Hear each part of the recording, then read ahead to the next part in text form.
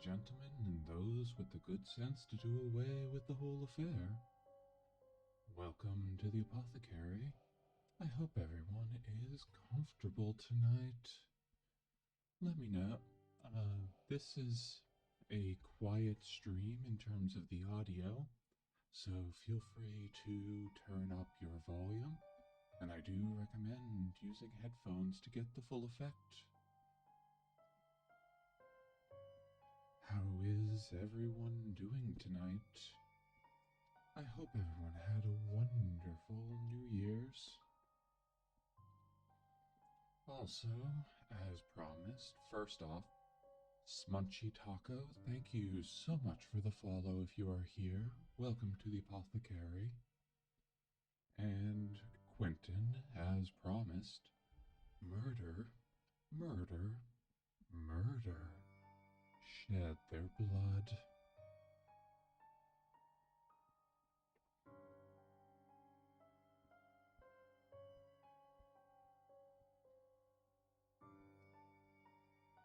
I hope that made up for the alert not going off tomorrow, or yesterday.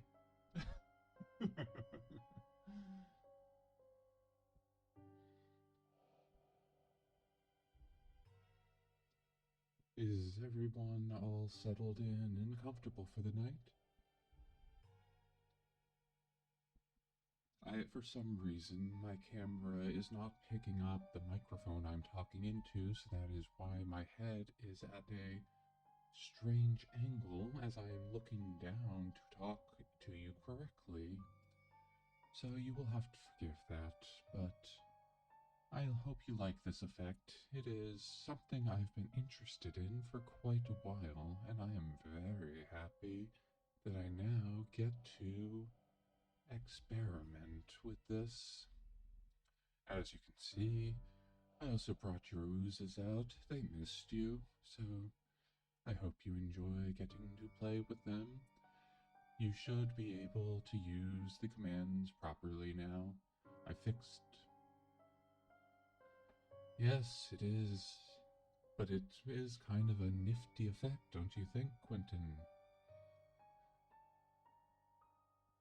It's like I am right over and behind you with the way I have it oriented.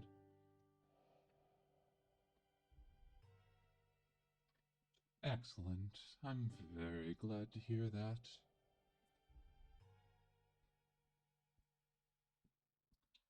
So, let us...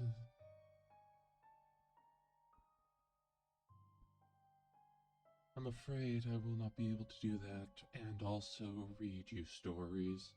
This is rather focus intensive, you have to realize. Bonk is currently managing the audio for this. There's some large device with many colored buttons that he is at. He says it is truly necessary. I see a lot of flashing, and so I'm assuming that there is lightning inside, but I don't quite know what is going on. He simply said to talk into the ears, and that made sense to me.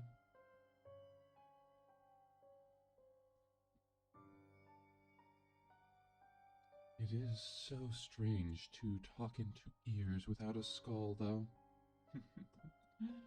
Not something I'm terribly used to.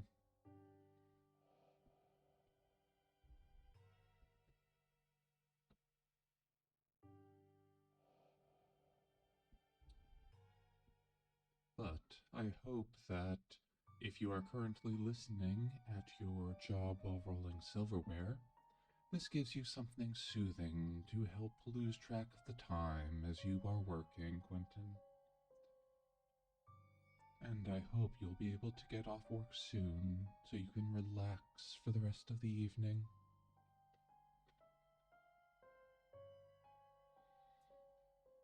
For now, I think we should probably get started. I have a slate of stories.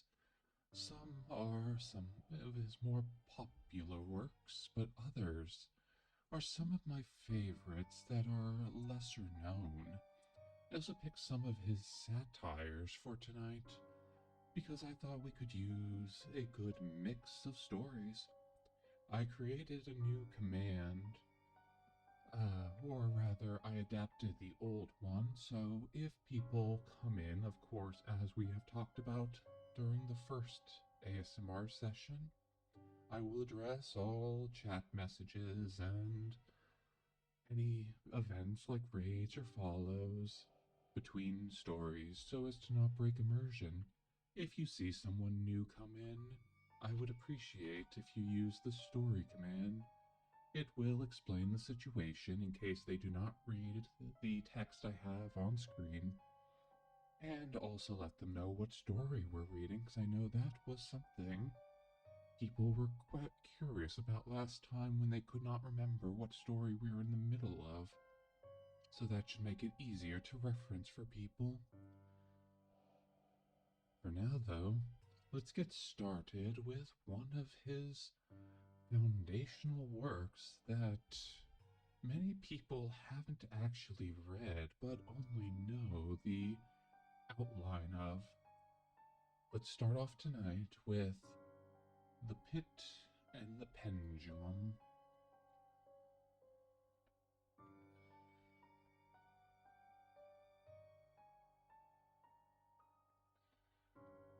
I was sick unto death with that long agony, and when they at length unbound me, and I was permitted to sit, I felt that my senses were leaving me. The sentence, the dread sentence of death, was the last of distinct accentuation which reached my ears. After that, the sound of the inquisitorial voices seemed merged into one dreamy, indeterminate hum. It conveyed to my soul the idea of revolution, perhaps from its association in fancy with the burr of a mill wheel. This only for a brief period, for presently I heard no more. Yet, for a while, I saw, but with how terrible an exaggeration. I saw the lips of the black-robed judges. They appeared to me white, whiter than the sheet upon which I traced these words, and thin even to grotesqueness, thin with the intensity of their expression, of firmness, of unmovable resolution, of stern contempt of human torture. I saw that the decrees of what to me was fate were still issuing from those lips. I saw them writhe with a deadly locution. I saw them fashion the syllables of my name, and I shuddered because no sound succeeded. I saw, too, for a few moments of delirious horror, the soft and nearly imperceptible waving of the sable draperies which enwrapped the walls of the apartment. And then my vision fell upon the 7 tall candles upon the table. At first they wore the aspect of charity and seemed white and slender angels who would save me. But then, all at once, there came a most deadly nausea over my spirit, and I felt every fiber in my frame thrill as if I had touched the wire of a galvanic battery, while the angel forms became meaningless specters with heads of flame, and I saw that from there would be no help. And then there stole into my fancy, like on a rich musical note, the thought of what sweet rest there must be in the grave. The thought came gently and stealthily, and it seemed long before it attained full appreciation. But just as my spirit came at length properly to feel and entertain it, the figures of the judges vanished as if magically from behind me. The tall candles sank into nothingness. Their flames went out utterly. The blackness of the darkness supervened all sensations, appeared swallowed up in a mad, rushing descent, as of the soul unto Hades, then silence and stillness. night were the universe. I had swooned, but still will not say that all of consciousness was lost. What of it there remained I will not attempt to define, or even to describe. Yet all was not lost in the deepest slumber, no, in delirium, no, in a swoon, no, in death, no, even in the grave all is not lost. Else there is no immortality for man. Arousing from the most profound of slumbers, we break the gossamer web of some dream. Yet in a second afterward, so frail may that web have been, we remember not that we have dreamed. In the return to life from the swoon, there are two stages. First, that of the sense of mental or spiritual. Secondly, that of the sense of the physical. It seems probable that if, upon reaching the second stage, we could recall the impressions of the first, we should find these impressions eloquent in memories of the gulf beyond. And that gulf is what? How, at least, shall we distinguish its shadows from those of the tomb? But if the impressions of what I have termed the first stage are not at will recalled, yet after long interval, do they not come unbidden, while we marvel whence they come? He who has never swooned is not he who finds strange palaces and wildly familiar faces in coals that glow, is not he who beholds floating in mid-air the sad visions that the many may not view, is not he who ponders over the perfume of some novel flower, is not he whose brain grows bewildered with the meaning of some musical cadence which has never before arrested his attention. Amid frequent and thoughtful endeavors to remember, amid earnest struggles to regather some token of the state of seeming nothingness into which my soul had lapsed, there have been moments when I have dreamed of success. There have been brief, very brief periods when I have conjured up remembrances which the lucid reason of later epoch assures me could have had reference only to that condition of seeming unconsciousness. These shadows of memory tell indistinctly of tall figures that lifted and bore me in silence down, down, still down, till a hideous dizziness oppressed me at the mere idea of the interminableness of the descent. They also tell a vague horror at my heart on account of that heart's unnatural stillness. Then comes a sense of sudden motionlessness throughout all things, as if those who bore me, a ghastly train, had outrun in their descent the limits of the limitless, and paused from their wearisomeness of the toil. After this I call to mind flatness and dampness, and then all is madness, the madness of a memory which busies itself among forbidden things. Very suddenly there came back to my soul motion and sound, the tumultuous motion of the heart, and in my ears the sound of its beating.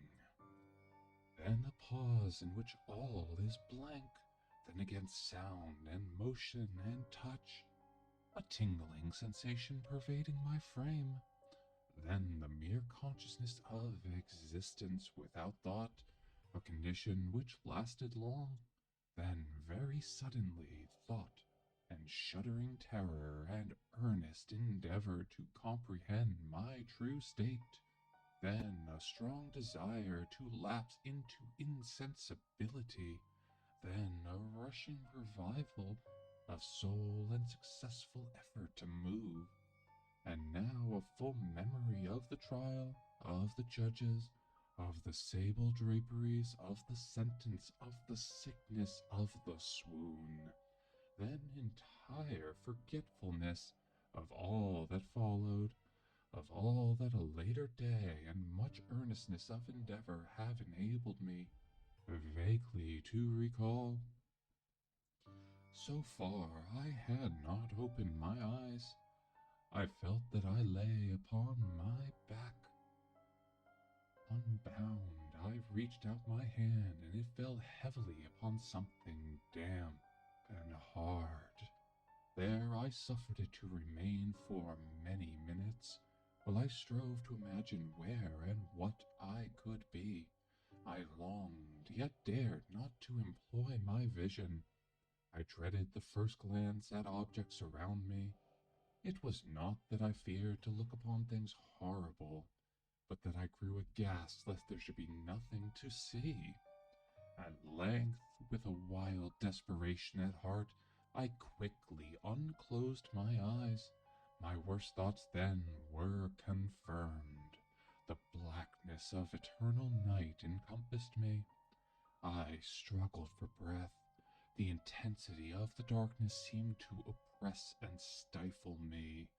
The atmosphere was intolerably close. I still lay quiet and made effort to exercise my reason. I brought to mind the inquisitorial proceedings and attempted from that point to deduce my real condition. The sentence had passed, and it appeared to me that a very long interval of time had since elapsed. Yet not for a moment did I suppose myself actually dead. Such a supposition, notwithstanding what we read in fiction, is altogether inconsistent with real existence. But where and in what state was I? The condemned to death, I knew, perished usually at the auto de fe, and one of these had been held on the very night of the day of my trial. Had I been remanded to the dungeon to await the next sacrifice, which would not take place for many months? This I at once saw could not be. Victims had been in immediate demand. Moreover, my dungeon, as well as all of the condemned cells in the Toledo, had stone floors, and light was not altogether excluded. A fearful idea now suddenly drove the blood in torrents upon my heart, and for a brief period I once more relapsed into insensibility. Upon recovering, I at once started to my feet, trembling convulsively in every fiber. I thrust my arms wildly above and around me in all directions. I felt nothing, yet dreaded to move a step, lest I should be impeded by the walls of a tomb. Perspiration burst from every pore, and stood in cold, big beads upon my forehead. The agony of suspense grew at length intolerable, and I cautiously moved forward, with my arms extended and my eyes straining from their sockets, in the hope of catching some faint ray of light. I proceeded for many paces, but still all was blackness and vacancy. I breathed more freely. It seemed evident that mine was not, at least, the most hideous of fates. And now, as I continued to step cautiously onward, there came thronging upon my recollection 1,000 vague rumors of the horror of Toledo. Of the dungeons there had been strange things narrated. Fables I had always deemed them, but yet strange and too ghastly to repeat. Save in a whisper, was I left to perish of starvation in this subterranean world of darkness? Or what fate, perhaps even more fearful, awaited me? That the result would be death, and a death of more than customary bitterness, I knew too well the character of my judges to doubt. The mode and the hour were all that occupied or distracted me. My outstretched hands at length encountered some solid obstruction. It was a wall, seemingly of stone masonry, very smooth, slimy, and cold. I followed it up, stepping with all the careful distrust with which certain antique narratives had inspired me. This process, however, afforded me no means of ascertaining the dimensions of my dungeon, as I might make its circuit and return to the point whence I set out without being aware of the fact. So perfectly uniform seemed the wall. I therefore sought the knife which had been in my pocket when led into the inquisitorial chamber, but it was gone. My clothes had been exchanged for a wrapper of coarse serge. I had thought of forcing the blade in some minute crevice of the masonry so as to identify my point of departure. The difficulty, nevertheless, was but trivial, although in the disorder of my fancy it seemed at first insuperable. I tore a part of the hem from the robe and placed the fragment at full length and at right angles to the wall.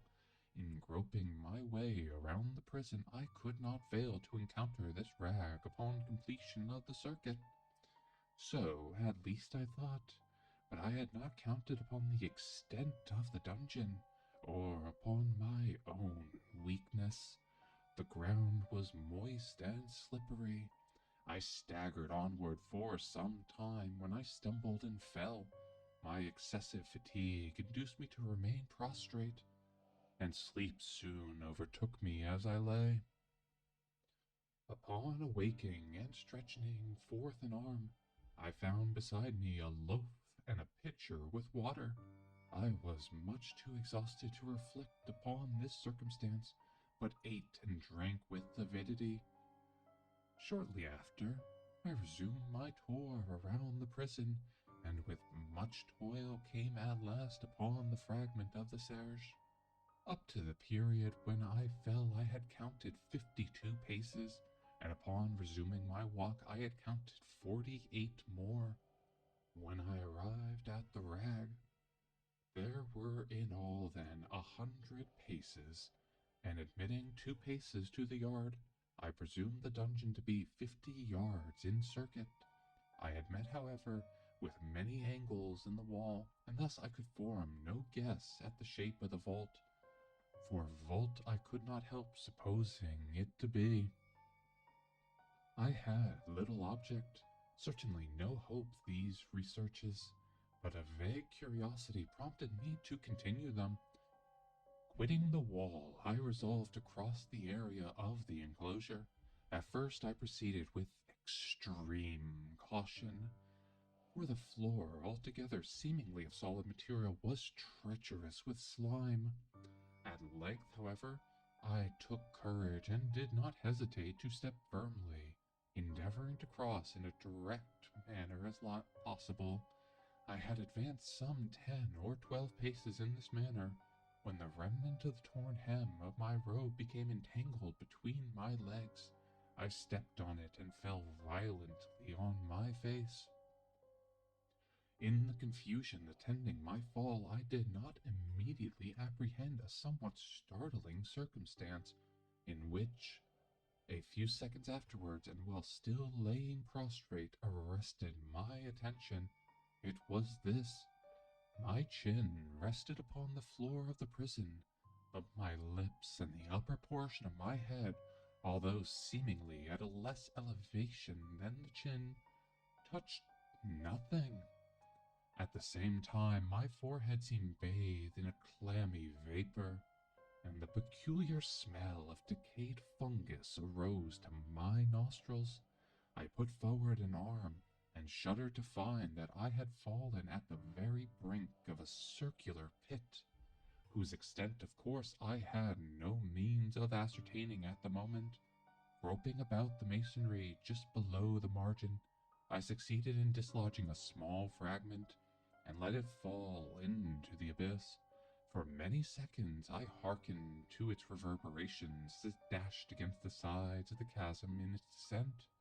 At length there was a sullen plunge into the water, succeeded by loud echoes.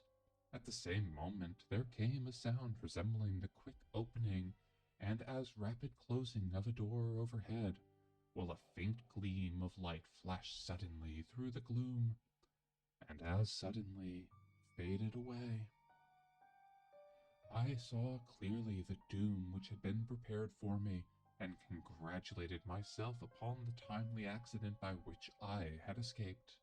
Another step before my fall, and the world would have seen me no more. And the death just avoided was of the very character which I had regarded as fabulous and frivolous in the tales respecting the Inquisition. To the victims of its tyranny there was the choice of death with its direst physical agonies, or death with its most hideous moral horrors. I had been reserved for the latter. By long suffering my nerves had been unstrung, until I trembled at the sound of my own voice, and had become in every respect a fitting subject for the species of torture which awaited me. Shaking in every limb, I groped my way back to the wall, resolving there to perish rather than risk the terrors of the wells, of which my imagination now pictured many in various positions around the dungeon. In other conditions of mind I might have had the courage to end my misery at once by a plunge into one of these abysses. But now I was the veriest of cowards. Neither could I forget what I had read of these pits, that the sudden extinction of life formed no part of their most horrible plan. Agitation of spirit kept me awake for many long hours, but at length I again slumbered. Upon arousing, I found by my side, as before, a loaf and a pitcher of water. A burning thirst consumed me as I emptied the vessel at a draught. It must have been drugged, for scarcely had I drunk before I became irresistibly drowsy. A deep sleep fell upon me, a sleep like that of death. How long it lasted, of course I know not. But when, once again, I unclosed my eyes, the objects around me were visible by a wild sulphurous luster, the origin of which I could not at first determine. I was enabled to see the extent and aspect of the prison. In its size I had been greatly mistaken. The whole circuit of its walls did not exceed 25 yards. For some minutes this fact occasioned me a world of vain trouble. Vain indeed, for what could be of less importance under the terrible circumstances which environed me than the mere dimensions of my dungeon? But my soul took a wild interest in trifles. I busied myself in endeavors to account for the error I had committed in my measurement. The truth at length flashed upon me. In my first attempt at exploration, I had counted 52 paces up to the period when I fell. I must then have been within a pace or two of the fragment of serge. In fact, I had nearly performed the circuit of the vault. I then slept, and upon waking, must have returned upon my steps, thus supposing the circuit nearly double what it actually was. My confusion of mind prevented me from observing that I began my tour with the wall to the left, and ended with the wall to the right.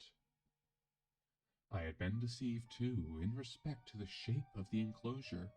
In feeling my way, I had found many angles, and thus deduced an idea of great irregularity.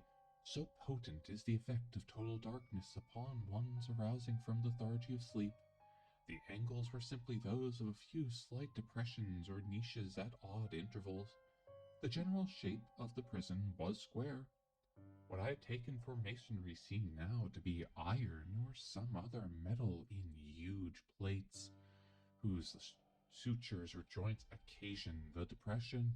The entire surface of this metallic enclosure was rudely daubed in all the hideous and repulsive devices in which the Chamel superstition of the monks had given rise.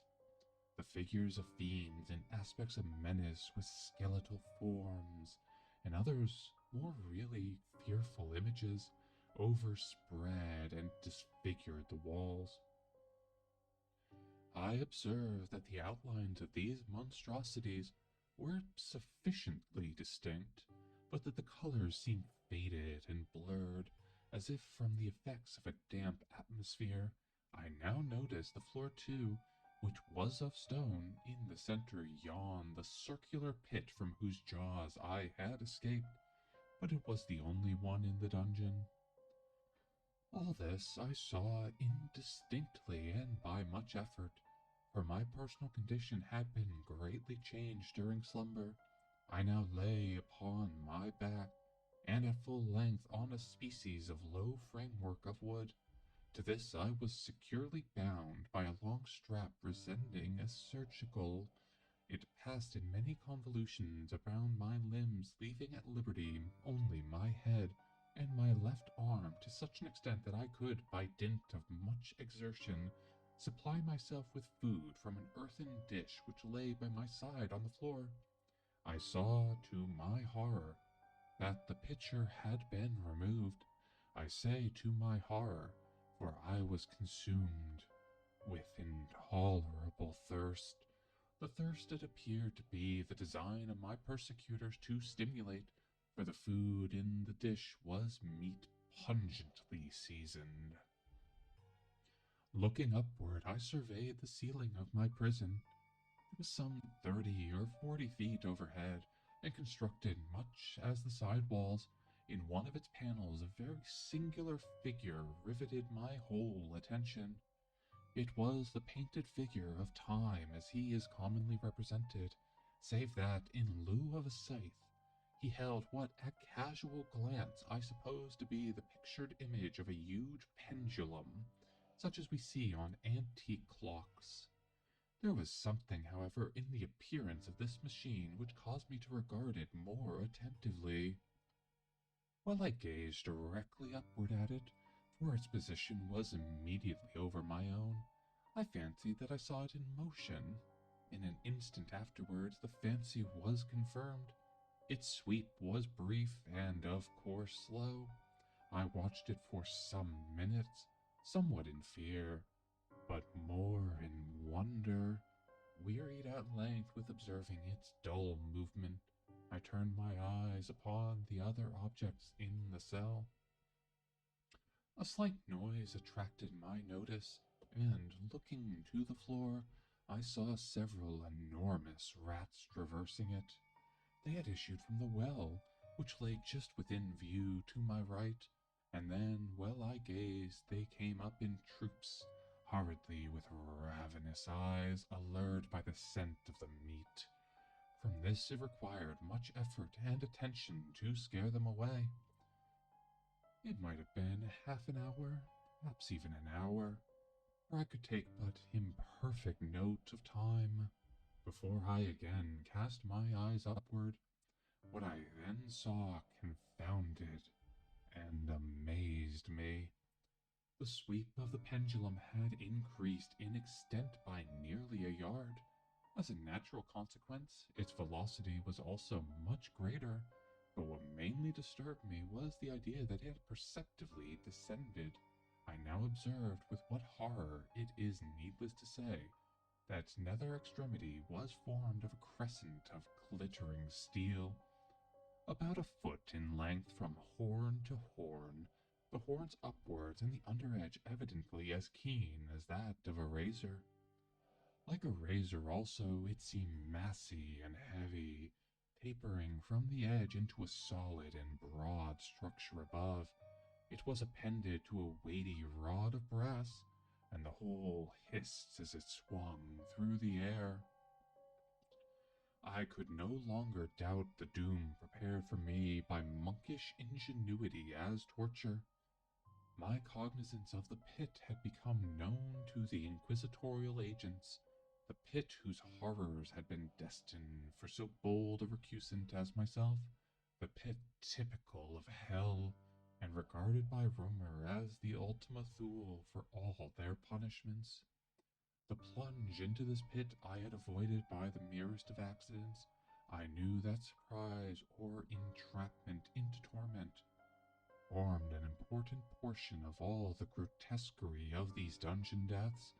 Having failed to fall, it was no part of the demon plan to hurl me into the abyss, and thus, there being no alternative, a different and milder destruction awaited me. Milder. I have smiled in my agony as I thought of such an application of such a term. What boots it is to tell of the long, long hours of horrors more than mortal, during which I counted the rushing vibrations of the steel, inch by inch, line by line, with a descent only appreciable at intervals that seemed ages. Down and still, down it came. Days passed. It might have been that many days passed ere it swept so closely over me as to fan me with its acrid breath. The odor of the sharp steel forced itself into my nostrils. I prayed. I wearied heaven with my prayer for its more speedy descent. I grew frantically mad and struggled to force myself upwards against the sweep of the fearful scimitar. And then I fell suddenly calm and lay smiling at the glittering death. As a child at some rare bauble, there was another interval of utter insensibility. It was brief, for upon again lapsing into life there had been no perceptible descent on the pendulum, but it might have been long, for I knew there were demons who took note of my swoon, and who could have arrested the vibration at pleasure. Upon my recovery, too, I felt very inexpressibly sick and weak, as through long initiation. Even amid the agonies of that period, the human nature craved food. With painful effort, I outstretched my left arm as far as my bonds permitted, and took possession of the small remnant which had been spared me by the rats. I put a portion of it within my lips. There rushed to my mind a half-formed thought of joy, of hope. Yet what business had I of hope? It was, as I say, a half-formed thought. Man has many such which are never completed. I felt that it was of joy, of hope, but felt also that it had perished in its formation. In vain I struggled to perfect, to regain it. Long suffering had nearly annihilated all my ordinary powers of mind. I was an imbecile, an idiot. The vibration of the pendulum was at right angles to my length. I saw that the crescent was designed to cross the region of my heart. It would fray the serge of my robe. It would return and repeat its operations again and again. Notwithstanding terrifically wide sweep, some 30 feet or more, and the hissing vigor of its descent sufficient to sunder these very walls of iron, still the fraying of my robe would be all that for several minutes it would accomplish. And at this thought I paused. I dared not go farther than this reflection. I dwelt upon it with a pertinacity of attention, as if, in so dwelling, I could arrest here for the descent of the steel. I forced myself to ponder upon the sound of the crescent as it should pass across the garment, upon the peculiar thrilling sensation which the friction of cloth produces on the nerves. I pondered upon all this frivolity until my teeth were on edge.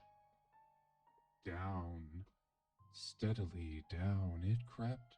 I took a frenzied pleasure in contrasting its downward with its lateral velocity, to the right, to the left, far and wide, with the shriek of a damned spirit, to my heart with the stealthy pace of the tiger. I alternatively laughed and howled as the one or the other idea grew predominant.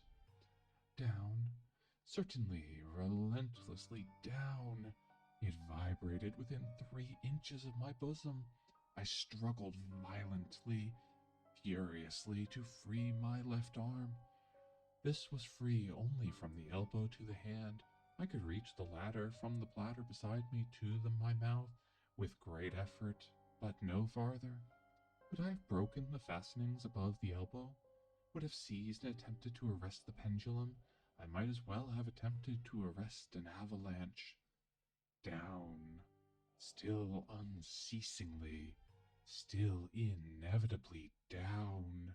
I gasped and struggled at each vibration.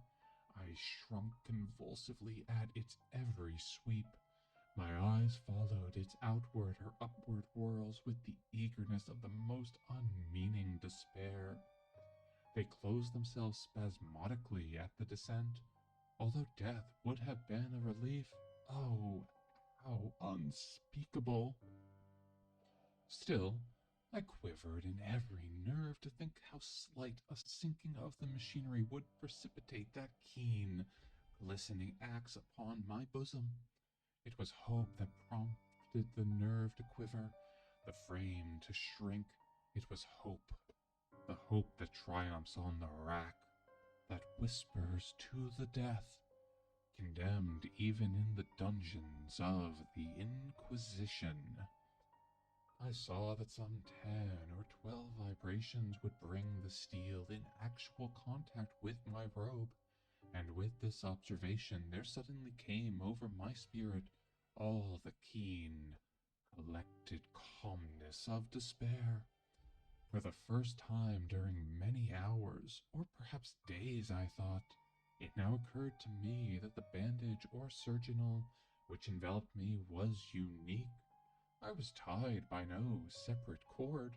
The first stroke of the razor-like crescent athwart any portion of the band would so detach it that it might be unwound from my person by means of my left hand.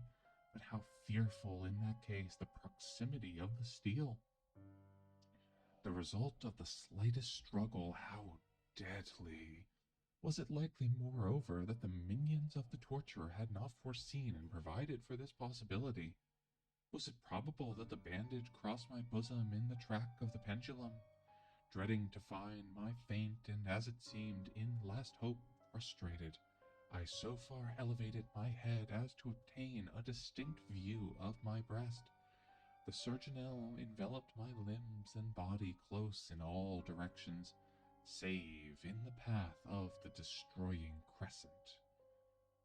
Scarcely I had dropped my head back into its original position when there flashed upon my mind what I cannot better describe than as unformed half of that idea of deliverance to which I have previously alluded, and of which a moiety only floated indeterminately through my brain when I raised food to my burning lips. The whole thought was now present, feeble, scarcely sane, scarcely definite, but still entire. I proceeded at once, with the nervous energy of despair, to attempt its execution. For many hours, the immediate vicinity of the low framework upon which I lay had been literally swarming with rats. They were wild, bold, ravenous, their red eyes glaring upon me as if they waited for me, motionless, on my part to make me their prey. To what food, I thought, have they been accustomed to in the well?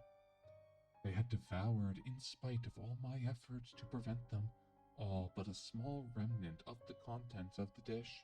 I had fallen into a habitual seesaw or wave of the hand about the platter, and at length the unconscious uniformity of the movement deprived of its effect. In their voracity, the vermin frequently fastened their sharp fangs in my fingers. With these particles of the oily and spicy viand which now remained, I thoroughly rubbed the bandage wherever I could reach it. Then, raising my hand from the floor, I lay breathlessly still. At first, the ravenous animals were startled and terrified at the change, at the cessation of movement. They shrank alarmedly back. Many sought the well, But this was only for a moment. I had not counted in vain upon their veracity. Observing that I remained without motion, one or two of the boldest leaped upon the framework and smelt at the surgeonel. He seemed the signal for the general rush. Forth from the well they hurried in fresh troops.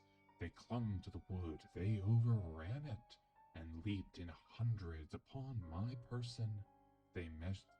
The measured movement of the pendulum disturbed them not at all. Avoiding its strokes, they busied themselves with the anointed bandage. They pressed, they swarmed upon me in ever-accumulating heaps. They writhed upon my throat. Their cold lips sought my own. I was half stifled by the thronging pressure. Disgust for which the world had no name swelled in my bosom, and chilled with a heavy clamminess my heart. Yet 1 minute, and I felt that the struggle would be over. Plainly I perceived the loosening of the bandage. I knew that in more than one place it must already be severed. With a more than human resolution, I lay still. Nor had I erred in my calculations, nor had I endured in vain. I at length felt that I was free. The surgeonel hung in ribbons from my body, but the stroke of the pendulum already pressed upon my bosom. It had divided the serge of the robe. It had cut through the linen beneath. Twice again it swung, and a sharp sense of pain shot through every nerve. But the moment of escape had arrived. At a wave of my hand, my deliverers hurried tumultuously away. With a steady movement, cautiously, sidelong, shrinking and slow, I slid from the embrace of the bandage and beyond the reach of the scimitar. For the moment, at least, I was free.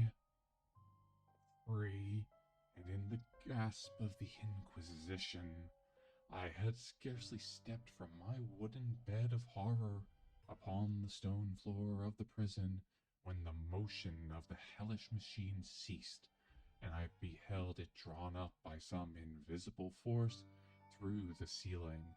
This was a lesson which I took desperately to heart. My every motion was undoubtedly watched. Free?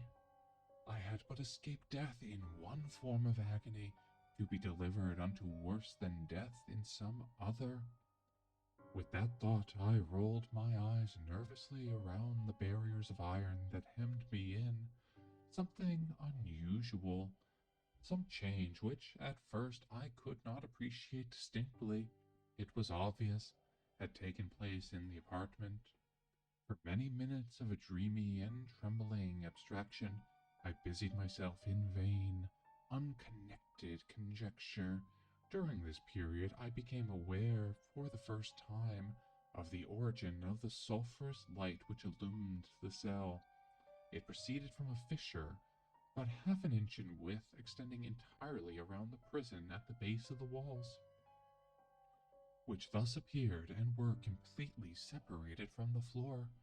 I endeavored, but of course in vain, to look through the aperture. As I arose from the attempt, the mystery of the alteration in the chamber broke at once upon my understanding. I have observed that, although the outlines of the figures upon the wall were sufficiently distinct, yet the colors seemed blurred and indefinite.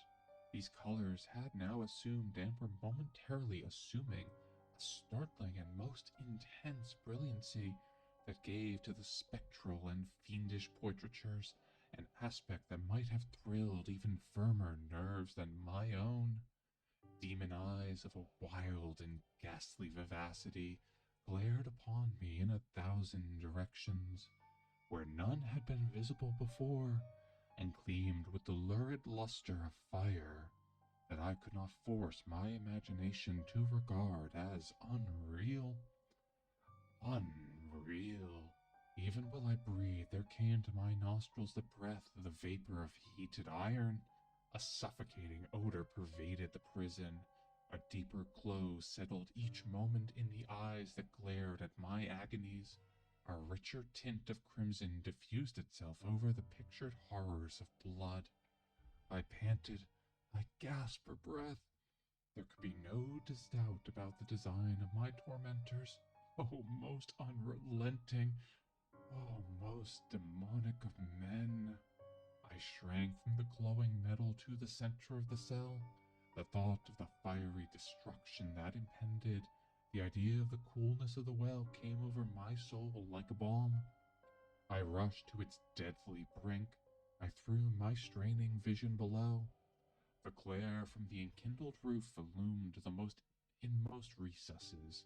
Yet for a wild moment did my spirit refuse to comprehend the meaning of what I saw. At length it wrestled its way into my soul. It burned itself in upon my shuddering reason. Oh, for a voice to speak! Oh, horror! Oh, any horror but this! With a shriek, I rushed from the margin and buried my face in my hands, weeping bitterly. The heat rapidly increased once again. I looked up shuddering as with a fit of the ague, and had been a second change in the cell, and now the change was obviously in the form. As before, it was in vain that I at first endeavored to appreciate or understand what was taking place. But not long was I left in doubt. The inquisitorial vengeance had been hurried by my twofold escape, and there would be no more dallying with the king of terrors. The room had been square. I saw that two of its iron angles were now acute, two consequently obtuse. A fearful difference quickening increased with a low rumbling or moaning sound. In an instant the apartment had shifted its form into that of a lozenge. But the alteration stopped not here. I neither hoped nor desired it to stop. I could have clasped the red walls to my bosom as a garment of eternal peace. Death, I said, any death but that of the pit. Fool, might I not have gone that into the pit? It was the object of my burning iron to urge me. Could I resist its glow? Or if even that, could I withstand its pressure? And now flatter and flatter grew the lozenge, with a rapidity that left me no time for contemplation. Its center, and of course its greatest width, came just over the yawning gulf. I shrank back, but the closing walls pressed me relentlessly onward. At length, for my seared and writhing body, there was no longer an inch of foothold upon the firm floor of the prison. I struggled no more, but the agony of my soul vent in one loud, long, and final scream of despair. I felt that I tottered upon the brink. I averted my eyes. There was a discordant hum of human voices. There was a loud blast as of many trumpets. There was a harsh grating as of 1,000 thunders. The fiery walls rushed back. An outstretched arm caught my own as I fell, fainting into the abyss. It was that of General Lasalle. The French army had entered Toledo.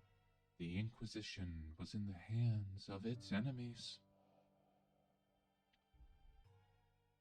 And that was The Pit in the Pendulum. That is a story that always is quite unnerving to hear, I find. What did people think of that? Also, let's see. Too Silent Storm 2. Thank you for the follow. Welcome to the Apothecary.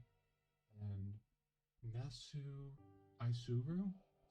Welcome to the Apothecary. Thank you as well for the follow. Hello, man balls. How are you doing? Happy New Year. Welcome back. I hope you are having a very comfortable night. And welcome, Professor Pavlo. It is wonderful to see you at the apothecary.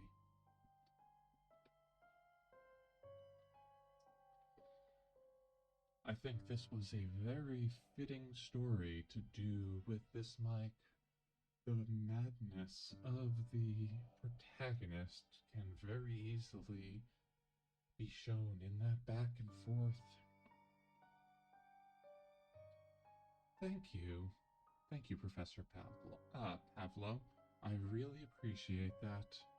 I have very much enjoyed getting to experiment with this.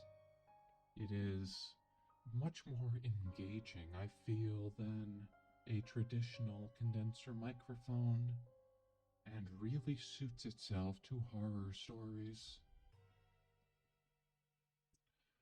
Now, I'm going to mute momentarily while I take a drink. I recommend that if you do not have snacks or a drink and you're not comfortable under your blankets, you do that, and make sure to stay hydrated. It is ever important.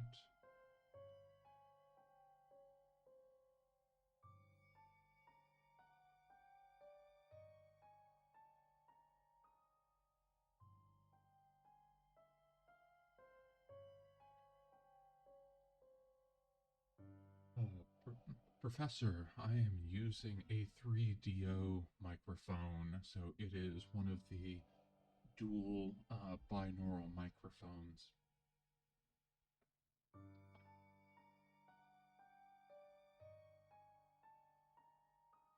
And hello again, man balls. How are you doing tonight?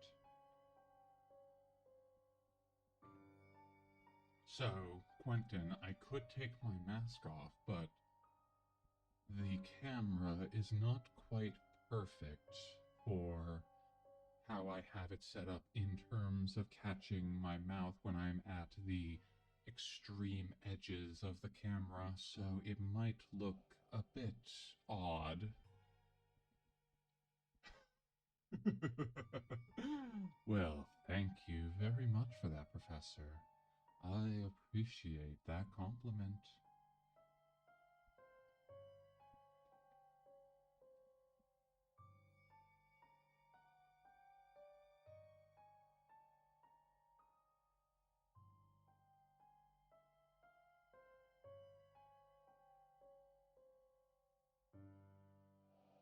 And I can see people have adopted some new slimes as well while I was reading.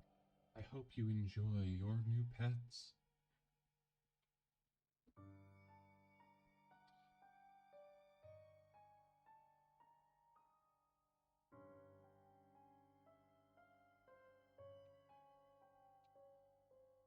It is very nice to be appreciated in that way. I will not lie. Though, it is rare because I do not often leave the manor, and most of the things capable of speech in the manor would not agree with you or have no sense of the beautiful things. That is one of the tragedies with dealing with life beyond life. They are often singularly focused on certain tasks.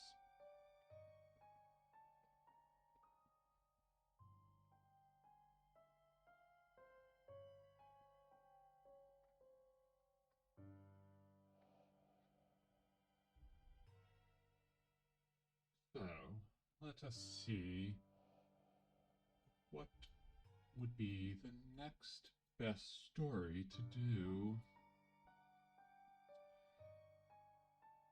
Would you like a detective story? Or would you like another horror story? Or would you like... The Cask of Amontillado is my favorite Poe story. I did it for my first stream, but that was with a classical microphone. If people wanted to hear it again with this microphone, I would be happy to oblige. Simply let me know.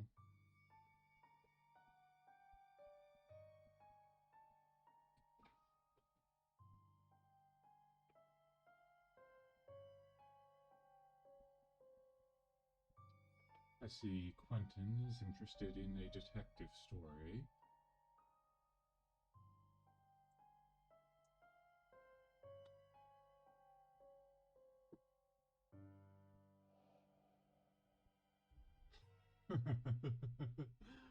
Well, thank you. I can't say that I am a vampire, but I do enjoy the classic way of speaking, especially because manners maketh the man, in my opinion. That and a very good coat.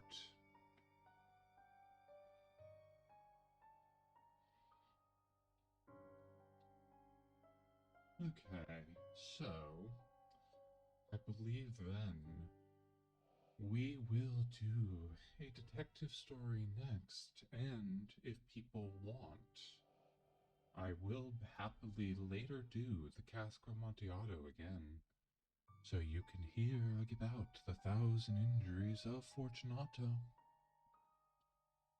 But for now, why don't we do his most famous detective story, The Murders in the Rue Morgue?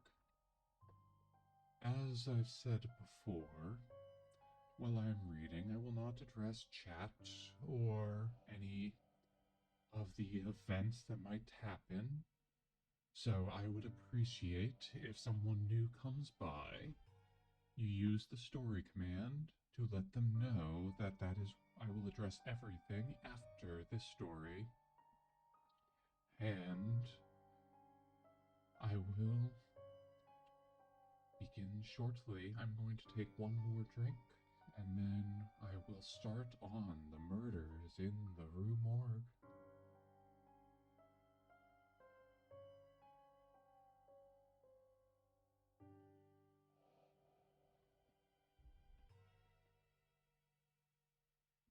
The mental features discoursed as the analytical are in themselves but little susceptible of analysis. We appreciate them only in their effects. We know of them, among other things, that they are always to their possessor, when inordinately possessed, a source of the liveliest enjoyment.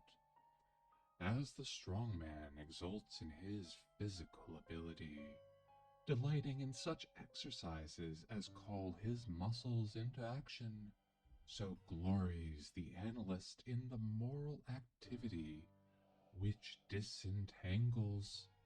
He derives pleasure from even the most trivial occupations, bringing his talent into play. He is fond of enigmas, of conundrums, of hieroglyphics, exhibiting in his solutions of each a degree of acumen which appears to the ordinary apprehension preternatural.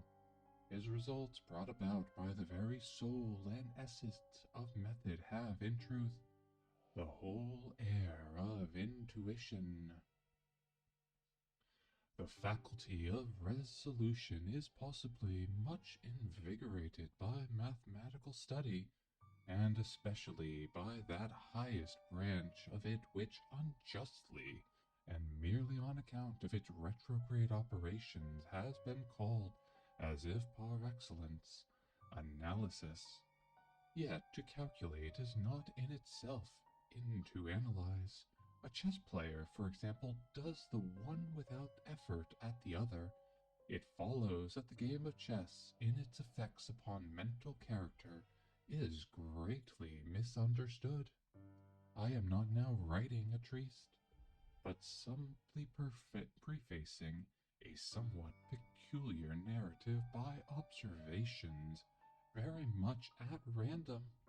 I will therefore take occasion to assert that the higher powers of reflective intellect are more decidedly and more usefully tasked by the unostentatious game of draughts than all elaborate frivolity of chess. In this latter, where the pieces have different and bizarre motions, with various and variable values, what is only complex is mistaken, a not unusual ever, for what is profound. The attention is here called powerfully into play.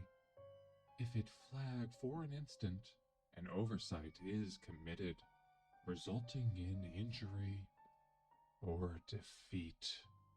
The possible moves being not only manifold but involute, the chances of such oversights are multiplied, and in 9 cases out of 10, it is more concentrative rather than the more acute player who conquers.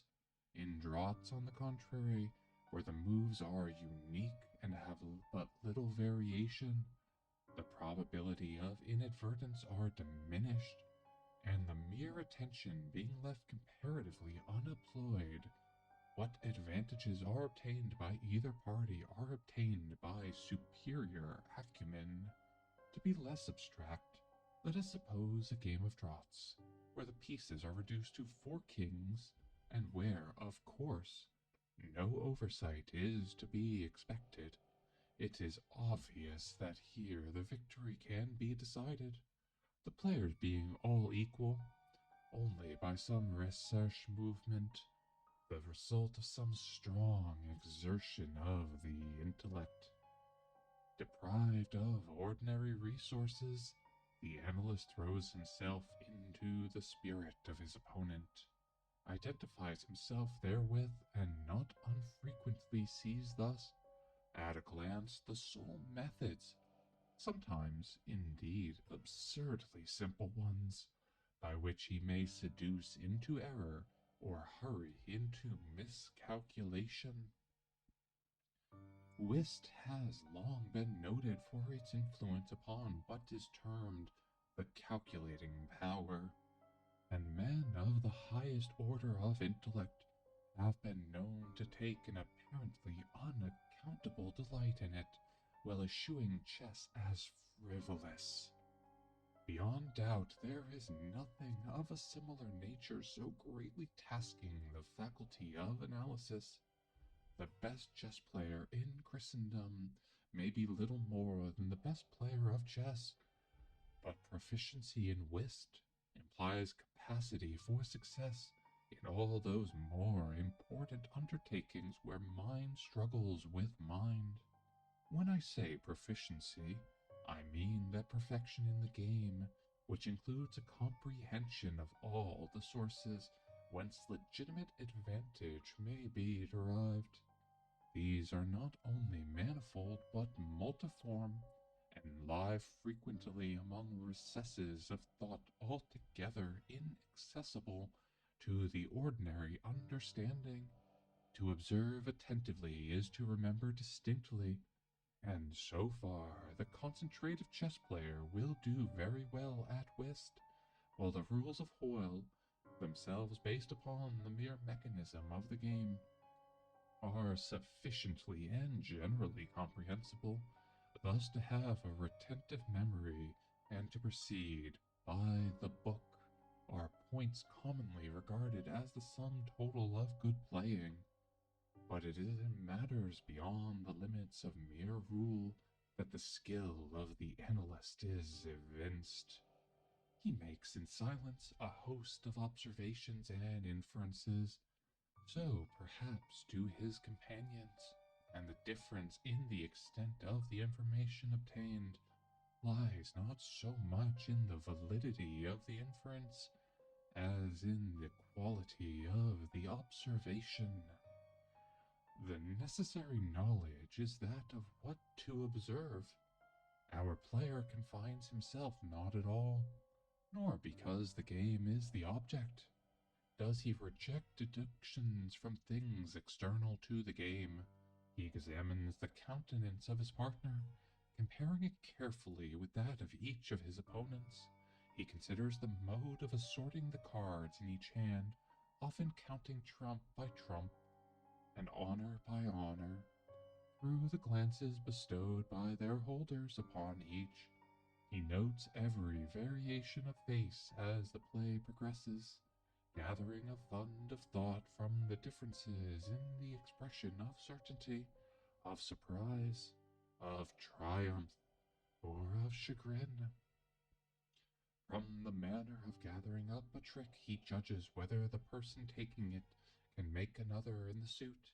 He recognizes what is played through feint by the air with which it is thrown upon the table, a casual or inadvertent word, the accidental dropping or turning of a card with the accompanying anxiety or carelessness in regard to its concealment, the counting of the tricks with the order of their arrangement, embarrassment, hesitation, eagerness, or trepidation, all afford to his apparently intuitive perception indications of the true state of affairs. The first 2 or 3 rounds having been played, he is in full possession of the contents of each hand, and thenceforth puts down his cards with as absolute a precision of purpose as if the rest of the party had turned outwards the faces of their own. The analytical power should not be confounded with simple ingenuity, for while the analyst is necessarily ingenious, the ingenious man is often remarkably incapable of analysis. The constructive or combining power by which ingenuity is usually manifested, and to which the phrenologists, I believe erroneously, have assigned a separate organ, supposing it primitive faculty, has been so frequently seen in those whose intellect bordered otherwise upon idiocy, as to have attracted general observation among writers on morals. Between ingenuity and the analytic ability there exists a difference, far greater indeed than that between the fancy and the imagination, but of a character very strictly analogous.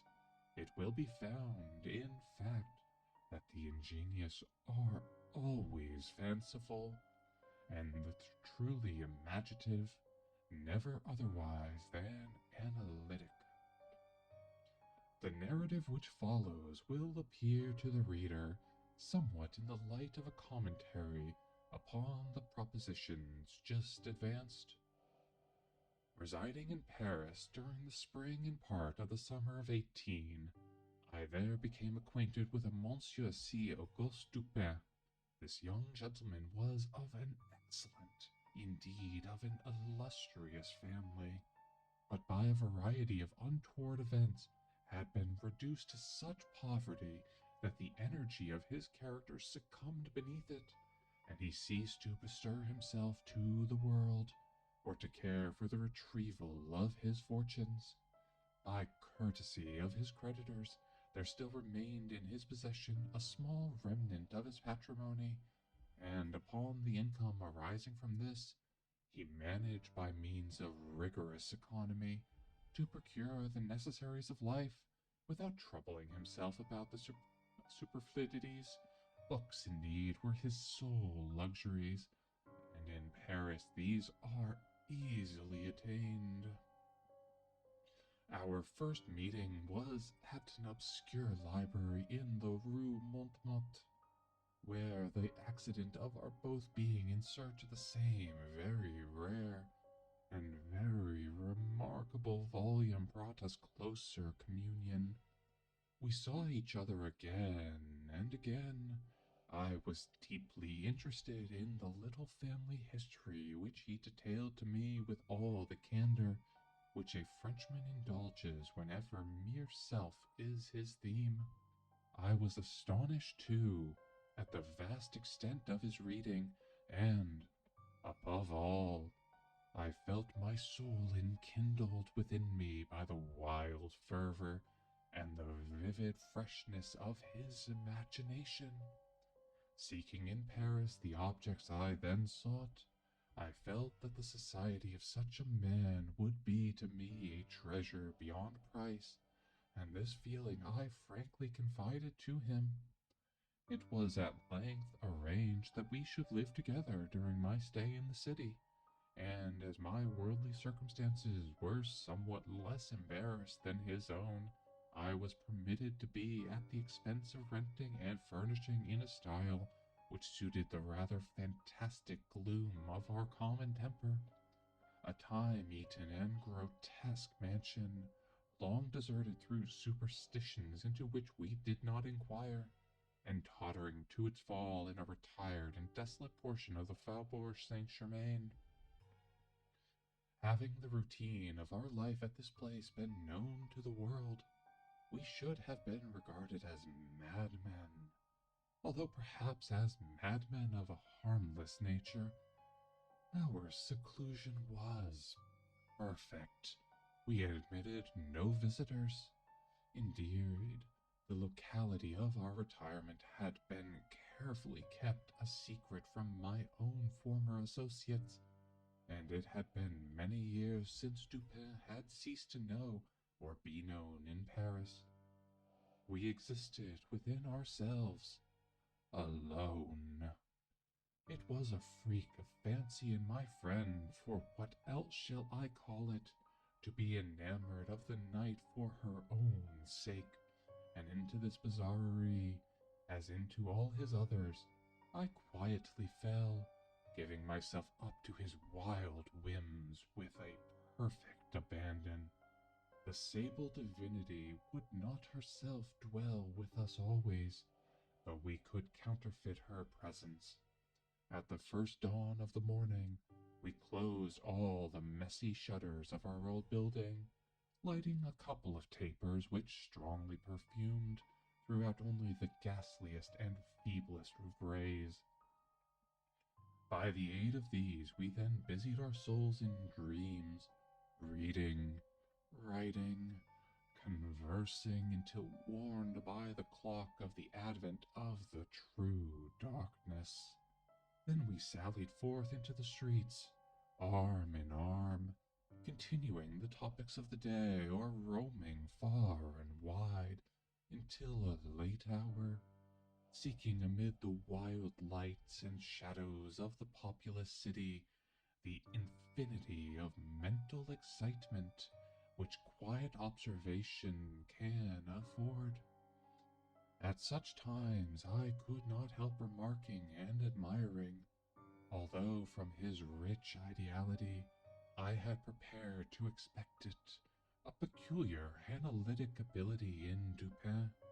He seemed too to take eager delight in its exercise, if not exactly in its display, and did not hesitate to confess the pleasure thus derived. He boasted to me with a low, chuckling laugh that most men, in respect to himself, bore windows into their bosoms, and was wont to follow up such assertions by direct and very startling proofs of his intimate knowledge of my own. His manner at these moments was frigid and abstract. His eyes were vacant in expression, while his voice, usually a rich tenor, rose and treble, which would have sounded petulantly but for the deliberateness and entire distinctness of the enunciation.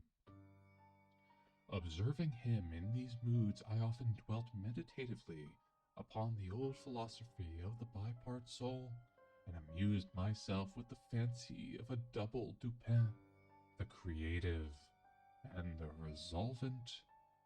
Let it not be supposed from what I have just said that I am detailing any mystery or penning any romance. What I have described in The Frenchman was merely the result of an excited, or perhaps of a diseased intelligence, but of the character of his remarks at the periods in question. An example will best convey the idea. We were strolling one night down a long, dirty street in the vicinity of the Palais Royal, being both apparently occupied with thought, neither of us had spoken a syllable for 15 minutes at least. All at once Dupin broke forth with these words. "He is a very little fellow, that's true, and would do better for the Théâtre des Vérités." "There can be no doubt of that," I replied unwittingly, and not at first observing. So much had I been absorbed in reflection, the extraordinary manner in which the speaker had chimed in with my meditations. In an instant afterwards I recollected myself, and my astonishment was profound. "Dupin," I said gravely, "this is beyond my comprehension. I do not hesitate to say that I am amazed, and can scarcely credit my senses. How was it possible you should know that I was thinking of blank?" Here I paused to ascertain beyond a doubt whether he really knew whom I thought. "Of Chantilly," he said. "Why do you pause? You were remarking to yourself that his diminutive figure unfitted him for tragedy." This was precisely what had formed the subject of my reflections.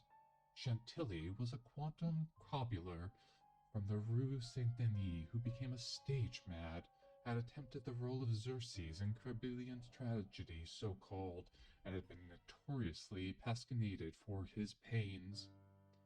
"Tell me, for heaven's sake," I exclaimed, "the method, if method there is, by which you have been enabled to fathom my soul in this manner." In fact, it was even more startled than I would have been willing to express. "It was the fruitier," replied my friend, "who brought you to the conclusion that the mender of souls was not sufficient height for Xerxes et a genius homme." "The fruitier? You astonish me. I know no fruitier whomsoever." "The man who ran up against you as we entered the street. It may have been 15 minutes ago." I now remember that, in fact, a fruitier, carrying upon his head a large basket of apples, had nearly thrown me down by accident as we passed from the Rue C into the thoroughfare where we stood. But what this had to do with Chantilly, I could not possibly understand. There was not a particle of charlatanerie about Dupin. "I will explain," he said, "and that you may comprehend all clearly, we will first retrace the course of your meditations from the moment in which I spoke to you until that of the rencontre with the fruitier in question.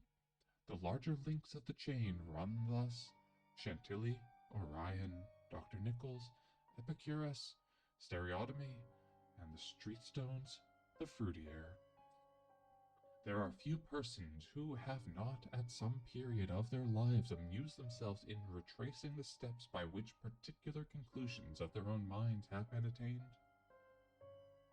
The occupation is often full of interest, and he who attempts it for the first time is astonished by the apparently illimitable distance and incoherence between the starting point and the goal. What then must have been my amazement when I heard the Frenchman speak what he had just spoken, and when I could not help acknowledging that he had spoken the truth, he continued. "We had been talking of horses, if I remember right, just before leaving the Rue C. This was the last subject we discussed. As we crossed into the street, a fruitier with a large basket upon his head, brushing quickly past us, thrust you upon a pile of paving stones collected at a spot where the causeway is undergoing repair. You stepped upon one of the loose fragments, slipped slightly, strained your ankle, appeared vexed or sulky, muttered a few words, turned to look at the pile, and then proceeded in silence. I was not particularly attentive to what you did, but observation has become with me of late a species of necessities. You kept your eyes upon the ground, glancing with a petulant expression at the holes and ruts in the pavement, so that I saw you were still thinking of the stones, until we reached the little alley called La Martine, which had been paved by way of experiment with the overlapping and riveted blocks Here your countenance brightened up, and perceiving your lips move, I could not doubt that you murmured the word stereotomy, in term very effectively applied to the species of pavement. I knew you could not say to yourself stereotomy without being thought to think of atomies, and thus the theories of Epicurus. And since when we discussed this subject not very long ago, I mentioned to you how singularly, yet how little notice and the vague guesses of the noble Greek had met with confirmation of the nebular cosmography, I felt that you could not avoid casting your eyes upward to the great nebula in Orion, and I certainly expected that you would do so. You did look up, and I was now assured that I had correctly followed your steps. But in that bitter tirade upon Chantilly which appeared in yesterday's Musée, the satirist, making some disgraceful allusion to the cobbler's change of name, upon assuming the buskin, quoted a Latin line about which we have often conversed. I mean the line, Perditi antiquam litera prima sonum. I had told you that this was in reference to Orion, formerly written Orion, and from certain pungencies connected with this explanation, I was aware that you could not have forgotten it. It was clear, therefore, that you would not fail to combine the two ideas of Orion and Chantilly. That you did combine them, I saw by your character of the smile which passed over your lips. So thought of the poor cobbler's immolation. So far, you had been stooping in your gait, but now I saw you draw yourself up to your full height. I was then sure that you reflected upon the diminutive figure of Chantilly. At this point I interrupted your meditations to remark that as, in fact, he was a very little fellow, that Chantilly, he would do better at the Théâtre des Vérités. Not long after this, we were looking over an evening edition of the Gazette des Tribunaux, which the following paragraph arrested our attention. Extraordinary murders. This morning, about 3 o'clock, the inhabitants of the Quartier Saint-Roch were aroused from sleep by a succession of terrific shrieks, issuing apparently from the 4th story of a house in the Rue Morgue, known to be the sole occupancy of one Madame L'Espagne and her daughter Mademoiselle Camille L'Espagne. After some delay occasioned by a fruitless attempt to procure admission in the usual manner, the gateway was broken in with a crowbar, and 8 or 10 of the neighbors entered, accompanied by 2 gendarmes. By this time the cries had ceased, but as the party rushed up the first flight of stairs, 2 or more rough voices in angry contention were distinguished, and seemed to proceed from the upper part of the house.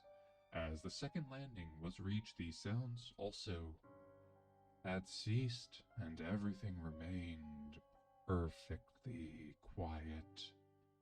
The party spread themselves and hurried from room to room.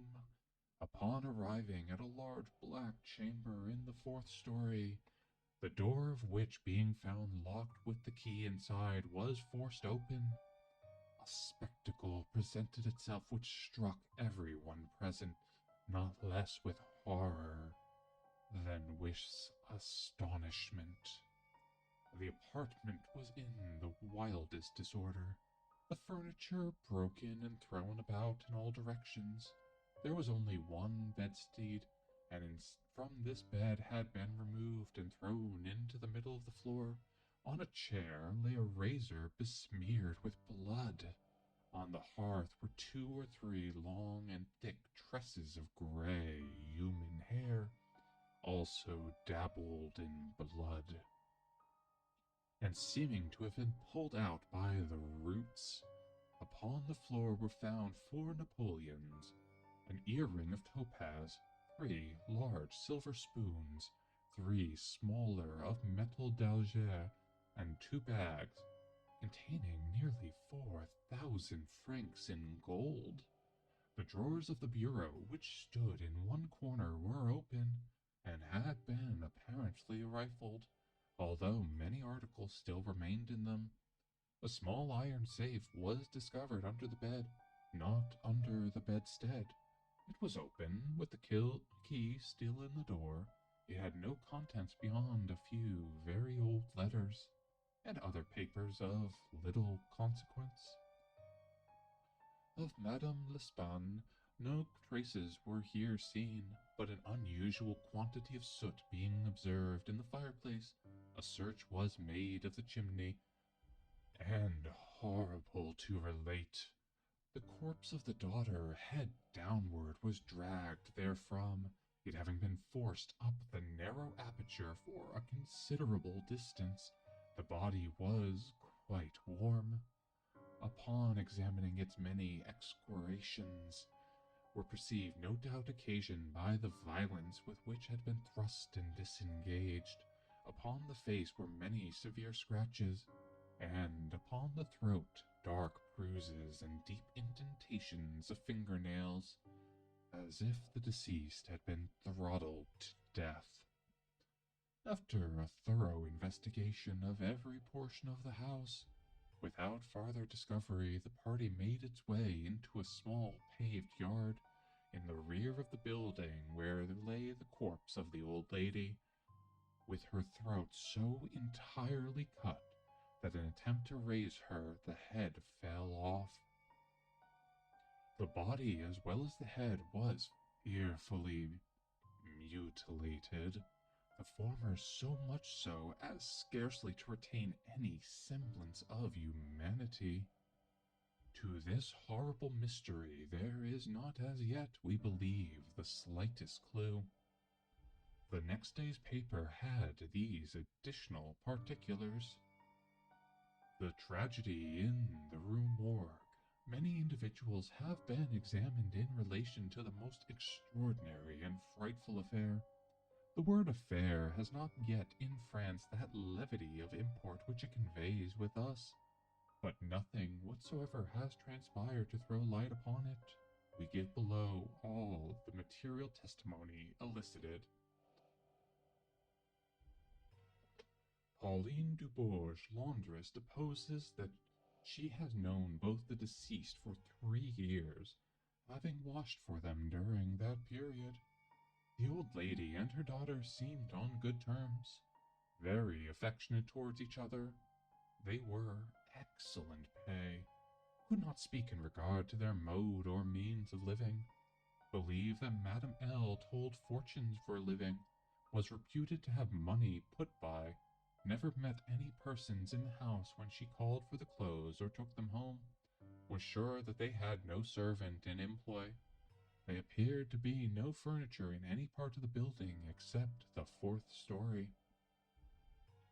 Pierre Moreau, tobacconist, deposes that he had been in the habit of selling small quantities of tobacco and snuff to Madame L'Espan for nearly 4 years, was born in the neighborhood and had always resided there. The deceased and her daughter had occupied the house in which the corpses were found, and then it was formerly occupied by a jeweler who underlet the upper rooms to various persons. The house was the property of Madame L. She became dissatisfied with the abuse of the premises by her tenant, and moved into them herself, refusing to let any portion. The old lady was childish. Witness had seen the daughter some 5 or 6 times during the 6 years. The two lived an exceedingly retired life, were reputed to have money, had heard it said among the neighbors that Madame L. told fortunes, did not believe it, had never seen any person enter the door except the old lady and her daughter, a porter once or twice, and a physician some 8 or 10 times. Many other persons, neighbors, gave evidence to the same effect. No one was spoken of as frequenting the house. It was not known whether there were any living connections of Madame L. and her daughter. The shutters of the front windows were seldom open. Those in the rear were always closed, with the exception of the large back room, 4th story, The house was a good house, not very old.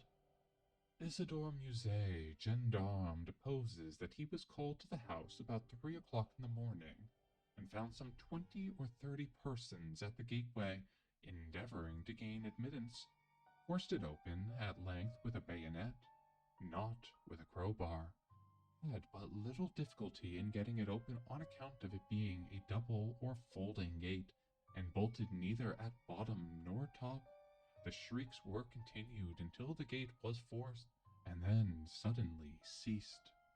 They seemed to be screams of some person or persons in great agony, were loud and drawn out, not short and quick.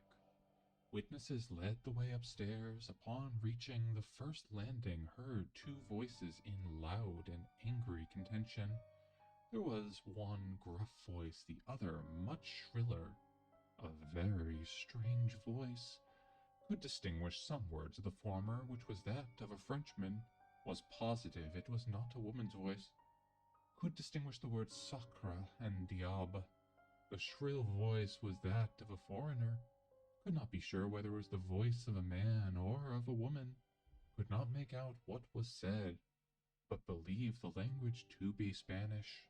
The state of the room and the bodies was described by the witness as we described them yesterday.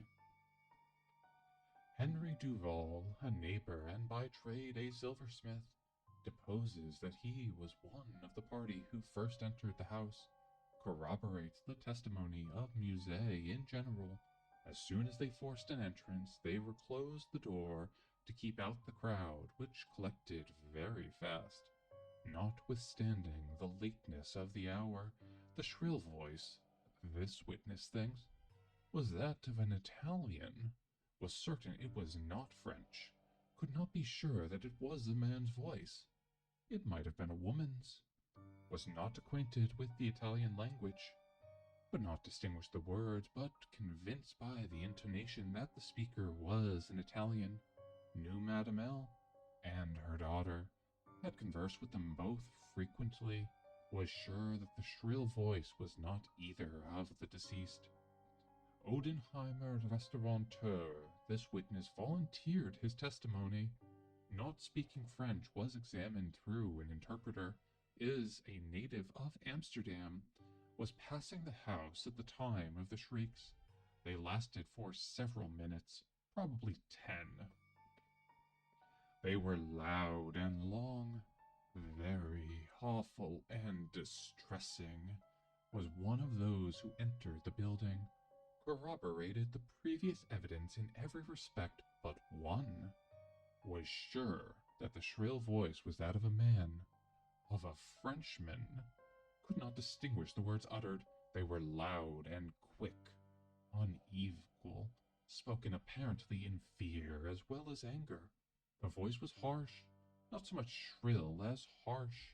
Could not call it a shrill voice. The gruff voice said repeatedly, sacre, diable, and once, mon Dieu. Jules Maginot, banker of the firm Maginot et Fils, Rue de Lorraine, is the elder Maginot. Madame L'Espan had some property, had opened an account with his banking house in the spring of the year. 8 years previously, made frequent deposits in small sums, had checked for nothing until the 3rd day before her death, when she took out in person the sum of 4,000 francs. This sum was paid in gold, and a clerk went home with the money. Adolphe Lebon, clerk to Maginot et Fils, deposes that on the day in question, about noon, he accompanied Madame L'Espan to her residence with the 4,000 francs, put up in 2 bags. Upon the door being opened, Mademoiselle L. appeared and took from his hands one of the bags, while the old lady relieved him of the other. He then bowed and departed. Did not see any person in the street at the time. It is a by-street. Very lonely. William Bird, tailor, deposes that he was one of the party who entered the house, is an Englishman, has lived in Paris 2 years, was one of the first to ascend the stairs, heard the voices in contention, The gruff voice was that of a Frenchman. Could make out several words, but cannot remember now. Heard distinctly, sacre and mon Dieu. There was a sound at the moment as if of several persons struggling, a scraping and scuffling sound. The shrill voice was very loud, louder than the gruff one. Is sure that it was not the voice of an Englishman. Appeared to be that of a German. Might have been a woman's voice. Does not understand German. 4 of the above-named witnesses being recalled deposed that the door for the chamber which was found the body of Mademoiselle L was locked on the inside when the party reached it. Everything was perfectly silent. No groans or noises of any kind. Upon forcing the door, no person was seen. The windows, both of the back and front room, were down and firmly fastened from within. A door between the 2 rooms was closed, but not locked. The door leading from the front room into the passageway was locked, with the key on the inside. A small room in the front of the house on the 4th story at the head of the passage was open, the door being ajar. The room was crowded with old beds, boxes, and so forth. These were carefully removed and searched. There was not an inch of any portion of the house which was not carefully searched. Sweeps were sent up and down the chimney. The house was a 4-story one with garrets, mansard. A trap door on the roof was nailed down very securely. Did not appear to have been opened for years. The time elapsing between the hearing of the voices in contention and the breaking open of the door was variously stated by the witnesses. Some made it as short as 3 minutes, some as long as 5. The door was opened with difficulty.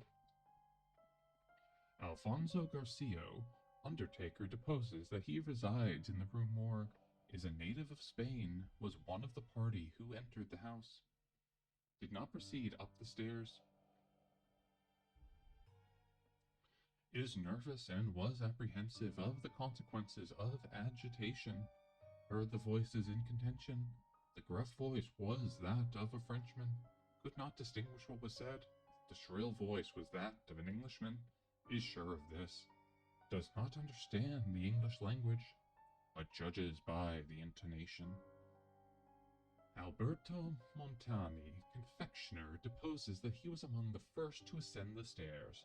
Heard the voices in question. The gruff voice was that of a Frenchman. Distinguished several words. The speaker appeared to be expostulating.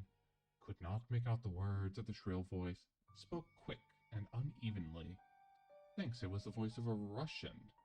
Corroborates general testimony. Is an Italian. Never conversed with a native of Russia. Several witnesses recalled here testified that the chimneys of all the rooms on the 4th story were too narrow to admit the passage of a human being. By sweeps were meant cylindrical sweeping brushes, such as are employed by those who clean chimneys. These brushes were passed up and down every flue in the house. There is no back passage by which any one could have descended while the party proceeded upstairs.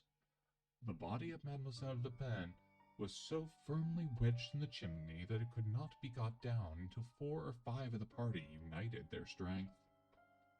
Paul Dumas, physician, deposes that he was called to view the bodies about daybreak. They were both then lying on the sacking of the bedstead in the chamber where Mademoiselle L was found. The corpse of the young lady was much bruised and excoriated. The fact that it had been thrust up in the chimney would sufficiently account for these appearances. The throat was greatly chafed.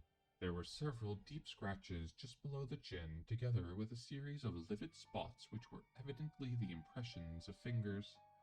The face was fearfully discolored, and the eyeballs protruded. The tongue had been partially bitten through. A large bruise was discovered upon the pit of the stomach, produced apparently by the pressure of a knee. In the opinion of M. Dumas, Mademoiselle L'Espan had been throttled to death by some person or persons unknown. The corpse of the mother was horribly mutilated. All the bones of the right leg and arm were more or less shattered. The left tibia much splintered, as well as all the ribs on the left side. whole body dreadfully bruised and discolored. It was not possible to say how the injuries had been inflicted. A heavy club of wood or a broad bar of iron, a chair, any large, heavy, and obtuse weapon would have produced such result if wielded by the hands of a very powerful man. No woman could have inflicted blows with any weapon. The head of the deceased, when seen by witness, was entirely separated from the body, and was also greatly shattered. The throat had evidently been cut with some very sharp instrument, probably a razor. Alexandre Etienne, surgeon, was called with M. Dumas to view the bodies, corroborate the testimony and the opinions of M. Dumas. Nothing farther of importance was elicited, although several other persons were examined. A murder so mysterious and so perplexing in all its particulars was never before committed in Paris, if indeed a murder had been committed at all. The police are entirely at fault, an unusual occurrence in affairs of this nature. There is not, however, the shadow of a clue apparent. The evening edition of the paper stated that the greatest excitement still continued in the Quartier Saint-Roch, that the premises in question had been carefully researched, and fresh examinations of witnesses instituted, but all to no purpose. A postscript, however, mentions that Adolphe Le Bon had been arrested and imprisoned, although nothing appeared to crimate him beyond the facts already detailed. Dupin seemed singularly interested in the progress of this affair, at least so judged from his manner, for he made no comments. It was only after the announcement that Le Bon had been imprisoned that he asked me my opinion respecting the murders. I could merely agree with all Paris in considering them insoluble mystery. I saw no means by which it would be possible to trace the murderer. We must not judge of the means, said Dupin, by this shell of an examination. The Parisian police, so much extolled for acumen, are cunning, but no more. There is no method in their proceedings beyond the method of the moment. They make a vast parade of measures, but not unfrequently these are so ill adapted to the object proposed as to put us in mind of Monsieur Jourdain's calling, or his robe de chambre pour mieux entendre la musique. The results attained by them are not unfrequently surprising, but for the most part are brought about by a simple diligence and activity. When these qualities are unavailing, their schemes fail. Vidocq, for example, was a good guesser and a persevering man, but without educated thought he erred continually by the very intensity of his investigations. He impaired his vision by holding objects too close. He might see perhaps 1 or 2 points with unusual clearness, but in doing so necessarily lost sight of the matter as a whole.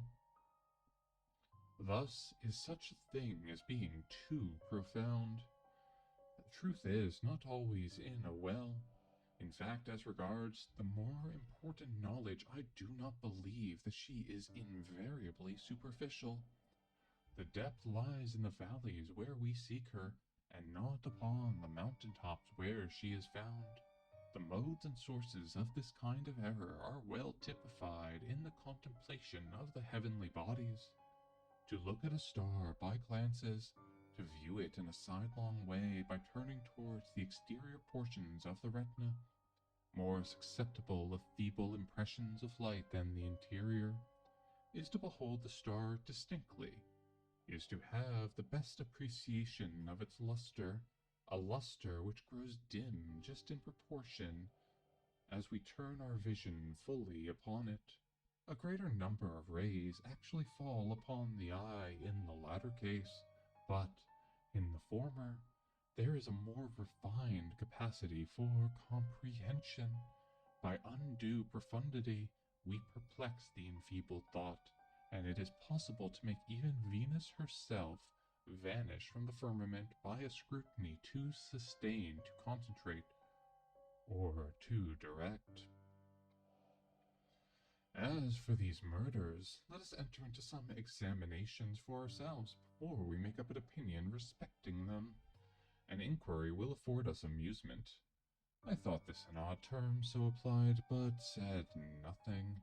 And besides, Le Bon once rendered me a service for which I am not ungrateful. We will go and see the premises with our own eyes. I know G, the prefect of the police, and shall have no difficulty in obtaining the necessary permission. The permission was obtained, and we proceeded at once to the Rue Morgue. This is one of those miserable thoroughfares which intervene between the Rue Richelieu and the Rue Saint-Roch. It was late in the afternoon when we reached it, as this quarter is at a great distance from that in which we reside. The town was readily found, for there were still many persons gazing up at the closed shutters with an objectless curiosity. From the opposite side of the way, it was an ordinary Parisian house, with a gateway on one side which was glazed watchbox, with a sliding panel in the window indicating a loge de concierge. Before we go in, walking up the street, turn down an alley, and then, again turning, passed in the rear of the building. Dupin, meanwhile, examining the whole neighborhood as well as the house with the minuteness of attention for which I could see no possible object. Retracing our steps, we came again to the front of the dwelling, rang, and having shown our credentials, were admitted by the agents in charge. We went up the stairs into the chamber where the body of Mademoiselle L'Espanne had been found, and where both the deceased still lay. The disorders of the room had, as usual, been suffered to exist. I saw nothing beyond what had been stated in the Gazette de Tribunal. Dupin scrutinized everything, not excepting the bodies of the victims. We then went into the other rooms and into the yard, a gendarme accompanying us throughout. Examinations occupied us until dark, when we took our departure. On our way to Companion, stepped up for a moment of the office of one of the daily papers. I have said that the whims of my friend were manifold, and that je le ménageais. For this phrase there is no English equivalent. It was his humor now to decline all conversation of the subject of the murder until about noon the next day. He then asked me, suddenly, if I have observed anything peculiar at the scene of the atrocity. There was something in the manner of emphasizing the word peculiar, which caused me to shudder without knowing why. No, nothing peculiar, I said. Nothing more, at least, than what we both stated in the paper. The Gazette, he replied, had not entered, I fear, into the unusual horror of the thing. But dismiss the idle opinions of this print. It appeared to me that this mystery is considered insoluble for the very reason which caused it to be regarded as an easy solution. I mean that our outer character of its features, the police are confounded by the seeming absence of motive, not for the murder itself, but for the atrocity of the murder. They are puzzled, too, by the seeming impossibility of reconciling the voices heard in contention with the fact that no one was discovered upstairs but the assassinated Mademoiselle L'Espanne, and that there were no means of egress without the notice of the party ascending. The wild disorder of the room, the corpse thrust with the head downward up the chimney, the frightful mutilation of the body of the old lady, these considerations with which just mentioned, and others which I need not mention, have sufficed to paralyze the powers by putting completely at fault the boosted acumen of the government agents. They have fallen into the gross but common error of confounding the unusual with the abstruse. But it is by these deviations from the plane of the ordinary that reason feels its way, if at all, in its search for the true. In investigations such as we are now pursuing, it should not so much be asked what has occurred, as what has occurred that has never occurred before. In fact, the facility with which I shall arrive, or have arrived, at the solution of the mystery is in direct ratio of its apparent insolubility in the eyes of the police. I stared at the speaker in mute astonishment. I am now awaiting, continued he, looking through the door to the apartment.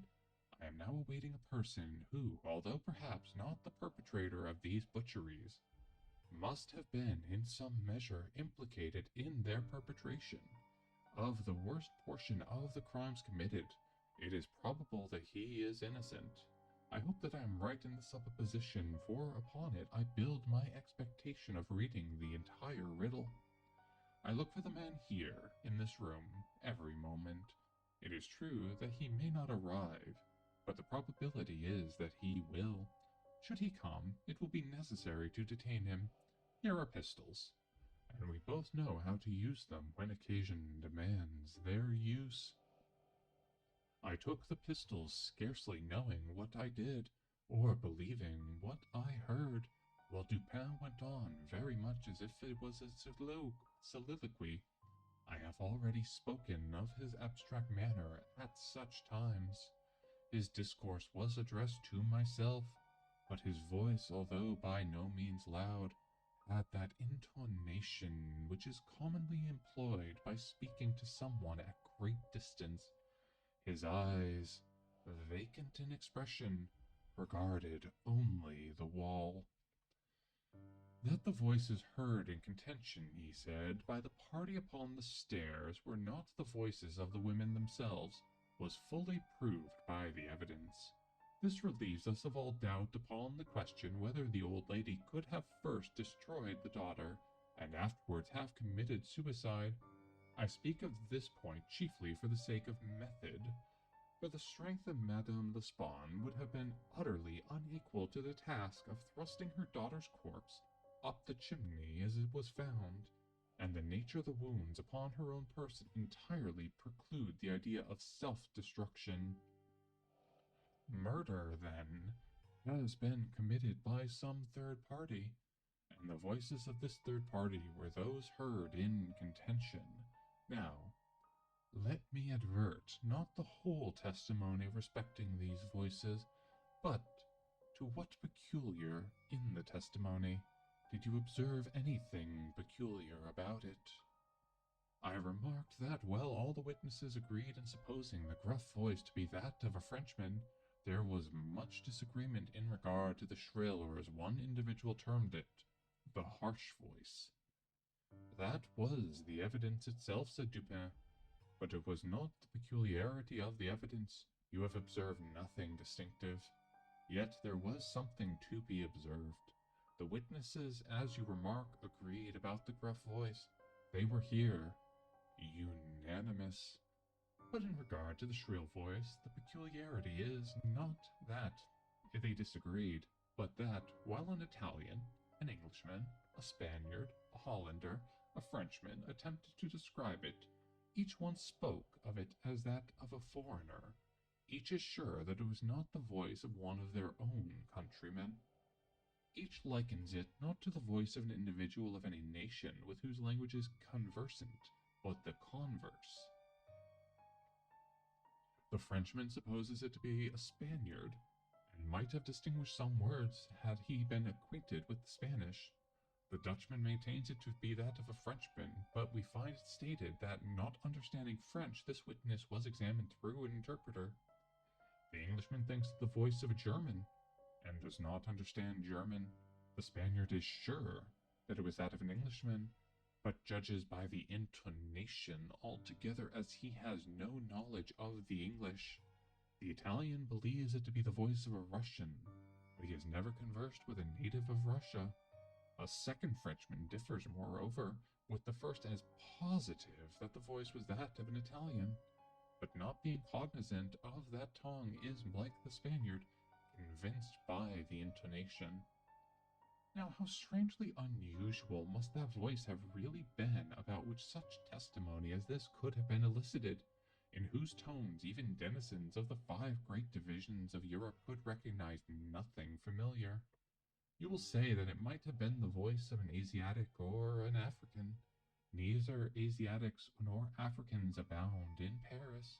But without denying the inference, I will now merely call your attention to 3 points. The voice is termed by one witness harsh rather than shrill. It is represented by 2 others to have been quick and unequal.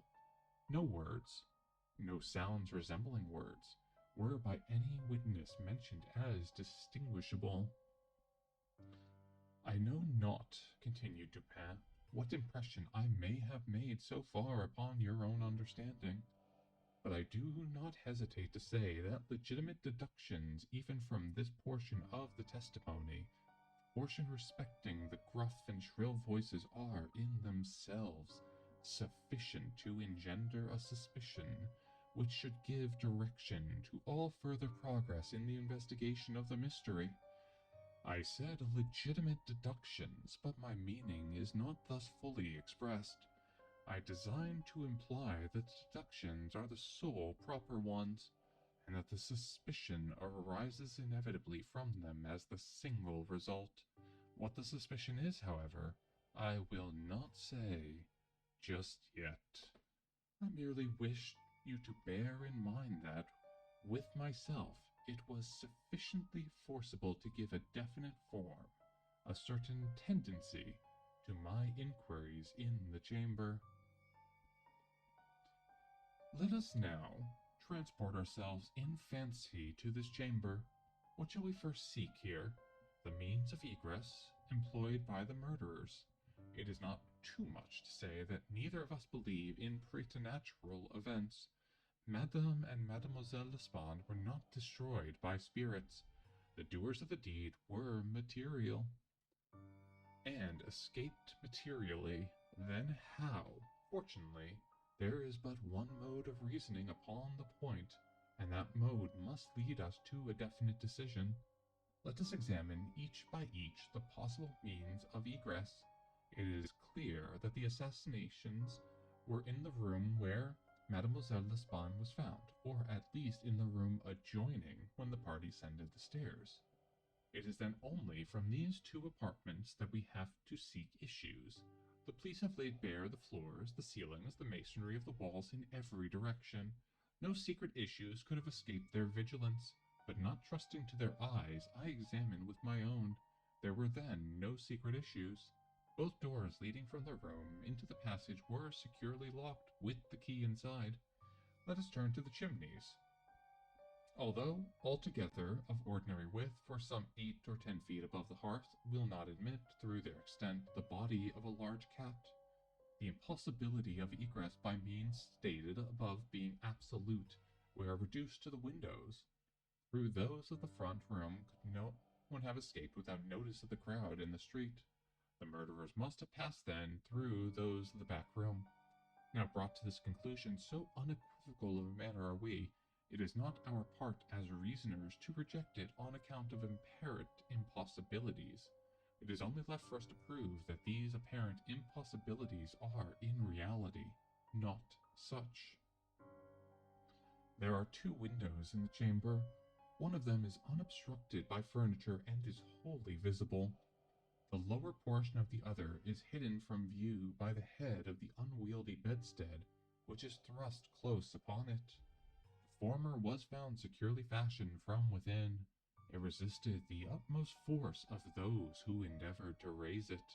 A large gimlet hole had been pierced in its frame to the left, and a very stout nail was found fitted therein nearly to the head. Upon examining the other window, a similar nail was seemingly fitted in it, and a vigorous attempt to raise this sash failed also. The police were now entirely satisfied that egress had not been in these directions, and therefore it was thought a matter of supererogation to withdraw the nails and open the windows. My own examination was somewhat more particular, and was so for the reason I have just given, because here it was I knew that all apparent impossibilities must be proved to be not such in reality. I proceeded to think thus a posteriori. The murderers did escape from one of these windows. This being so, they could have not refastened the sashes from the inside as they were found fastened. But consideration which put a stop through its obviousness to the scrutiny of the police in this quarter. Yet the sashes were fastened. They must then have the power of fastening themselves. There was no escape from this conclusion. I stepped to the unobstructed casement, withdrew the nail with some difficulty, and attempted to raise the sash. It resisted all my efforts, as I had anticipated. A concealed spring must, I now knew, exist, and this corroboration of my idea convinced me the premises at least were correct.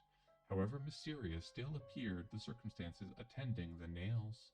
A careful search soon brought to light the hidden spring. I pressed it, and satisfied with the discovery, forbore to upraise the sash.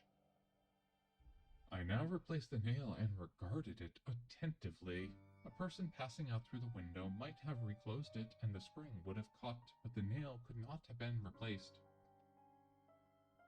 The conclusion was plain, and again narrowed in a field by my investigations. The assassins must have escaped through the other window. Supposing then the springs upon each sash to be the same, as was probable, there must be found a difference between the nails, or at least between the modes of their fixture. Getting upon the sacking of the bedstead, I looked over the headboard minutely at the second casement. Passing my hand down behind the board, I readily discovered and pressed the spring, which was, as I had supposed, identical in character with its neighbor. I now looked at the nail. It was stout as the other, and apparently fitted in the same manner, driven in nearly to the head. You will say that I was puzzled, but if you think so, you must have misunderstood the nature of the inductions. To use a sporting phrase, I had not been once at fault. The scent had never for an instant been lost. There was no flaw in any link of the chain. I had traced the secret to its ultimate result, and that result was the nail. It had, I say, in every respect the appearance of its fellow in the other window. But this fact was an absolute nullity, conclusive as it might seem to be when compared with the consideration that here, at the point, terminated the clue. There must be something wrong, I said, about the nail. I touched it, and the head, with about a quarter of an inch of the shank, came off in my finger. The rest of the shank was in the gimlet hole, where it had been broken off. The fracture was an old one, for its edges were encrusted with rust, and had apparently been accomplished by the blow of a hammer, which had partially embedded in the top of the bottom sash the head portion of the nail. I now carefully replaced the head portion in the indentation whence I had taken it, and the resemblance to the perfect nail was complete. The fissure was invisible. Pressing the spring, I gently raised the sash a few inches. The head went up with it, remaining firm in its bed. I closed the window, and the semblance of the whole nail was again perfect. The riddle so far was now unriddled. The assassin had come and escaped through the window which looked upon the bed, dropping of its own accord upon his exit, or perhaps purposely closed. It had become fastened by the spring, and it was the retention of the spring which had mistaken by the police for that of the nail. Farther inquiry thus considered necessary. The next question is that of the mode of descent. Upon this point I had been satisfied in my walk with you around the building. About 5 feet and a half from the casement in question, there runs a lightning rod. From this rod it would have been impossible for anyone to reach the window itself, to say nothing of the entering it. I observed, however, that the shutters of the 4th story were of the particular kind called by Parisian carpenters rods, a kind rarely employed at the present day, but frequently seen upon very old mansions at Lyon and Bordeaux. They are in the form of an ordinary door, a single, not a folding door, except the lower half is lattice or worked in open trellis, thus affording an excellent hold for the hands. In the present instance, these shutters are fully 3 feet and a half broad. When we saw them from the rear of the house, they were both about half open. That is to say, they stood off at right angles from the wall. It is probable that the police, as well as myself, examined the back of the tenement, but if so, in looking at the frauds in the line of their breath, as they must have done, they did not perceive this great breath itself, or, at all events, failed to take it into due consideration. In fact, having once satisfied themselves that no egress could have been made in this quarter, they would naturally bestow here a very cursory examination. It was clear to me, however, that the shutter belonging to the window at the head of the bed would, if swung fully back to the wall, reach to within 2 feet of the lightning rod. It was also evident that, by exertion from a very unusual degree of activity and courage, an entrance into the window from the rod might have been thus effected. By reaching to the distance of 2.5 feet, we now suppose the shutter open to its whole extent. A robber might have taken place a firm grasp upon the trellis work, letting go then his hold upon the rod, placing his feet securely against the wall, and springing boldly from it, he might have swung the shutter so as to close it, and if we imagine the window open at the time, might even have swung himself into the room. I wish you to bear especially in mind that I have spoken of a very unusual degree of activity, as requisite to success in so hazardous and so difficult a feat. It is my design to show you, but first, that the thing might possibly have been accomplished, but secondly, and chiefly, I wish to impress upon your understanding the very extraordinary, the almost preternatural character of the agility which could have accomplished it. You will say, no doubt, using the language of the law, that to make out my case I should rather undervalue than insist upon a full estimation of the activity required in this manner. It may be the practice in law, but it is not the usage of reason. My ultimate object is only the truth. My immediate purpose is to lead you to place in juxtaposition the very unusual activity of which I have just spoken, with that very peculiar shrill, or harsh and unequal voice about whose nationality no two persons could be found to agree, and whose utterance no syllabification could be detected.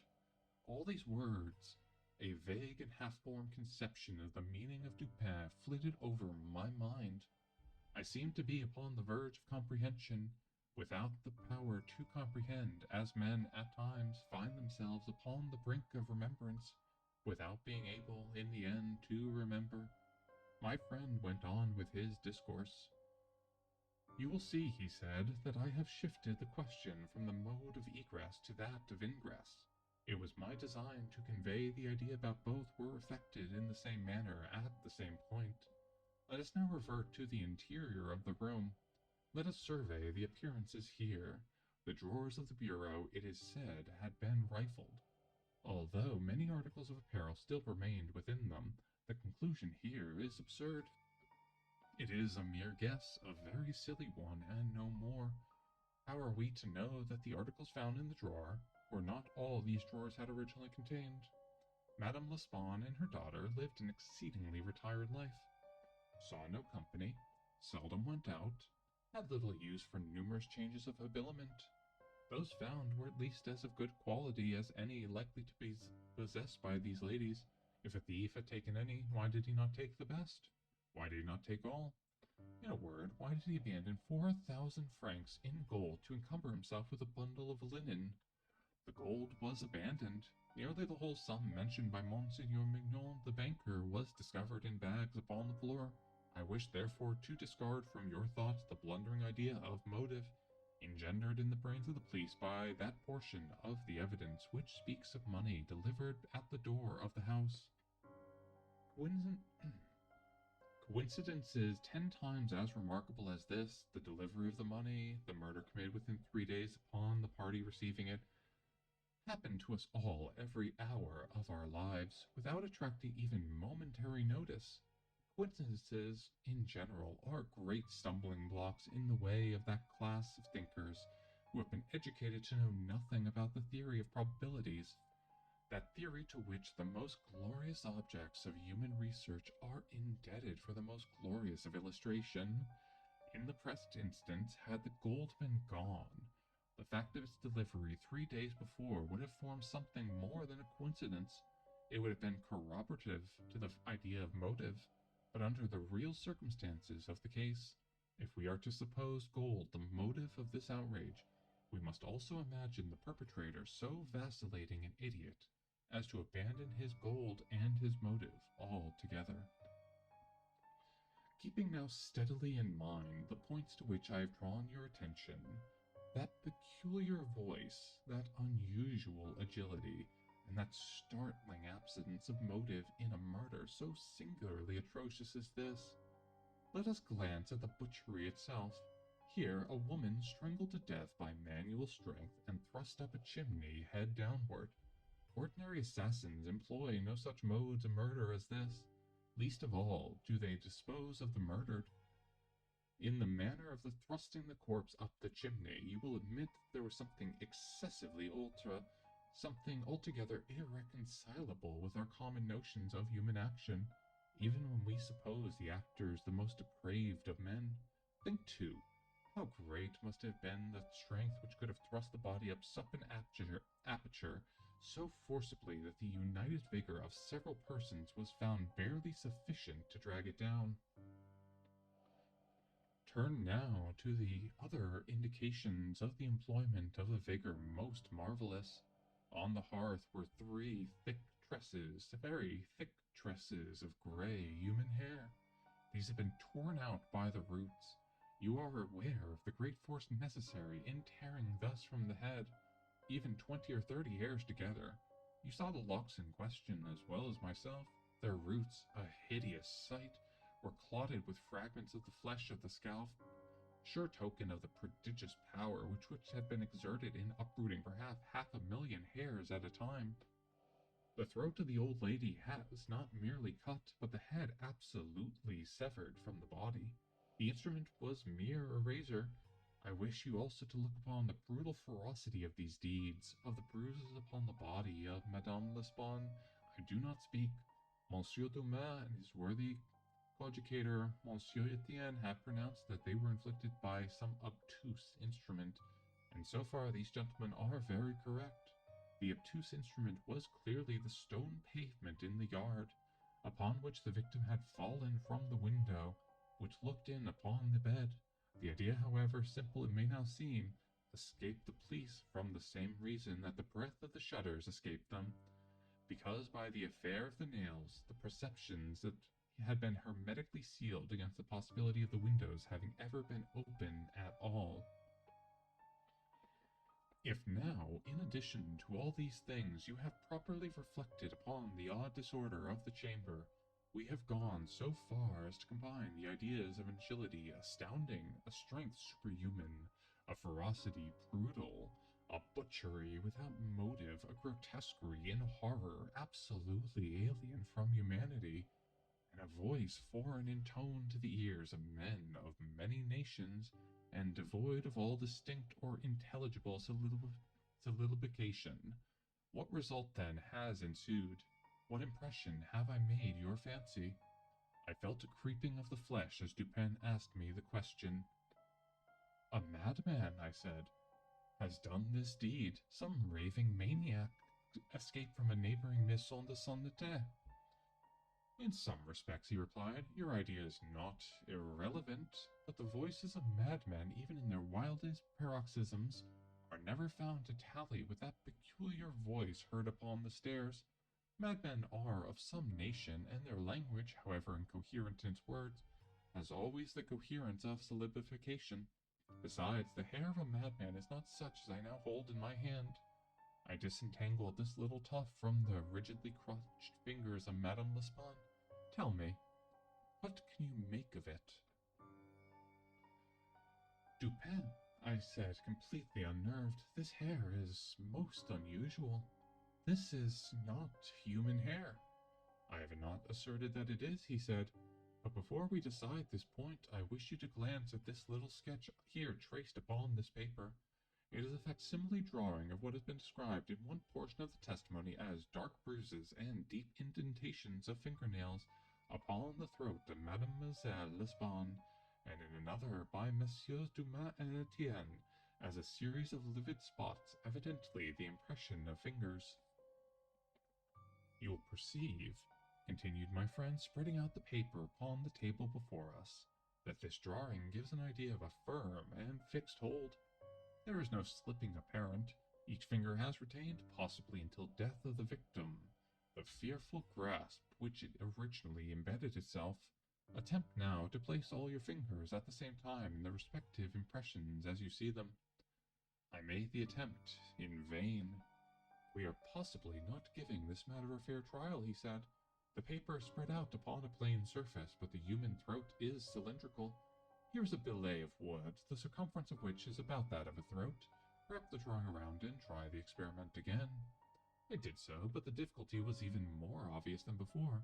This, I said, is not the mark of a human hand. Read now, said Dupin. This passage from Cuvier.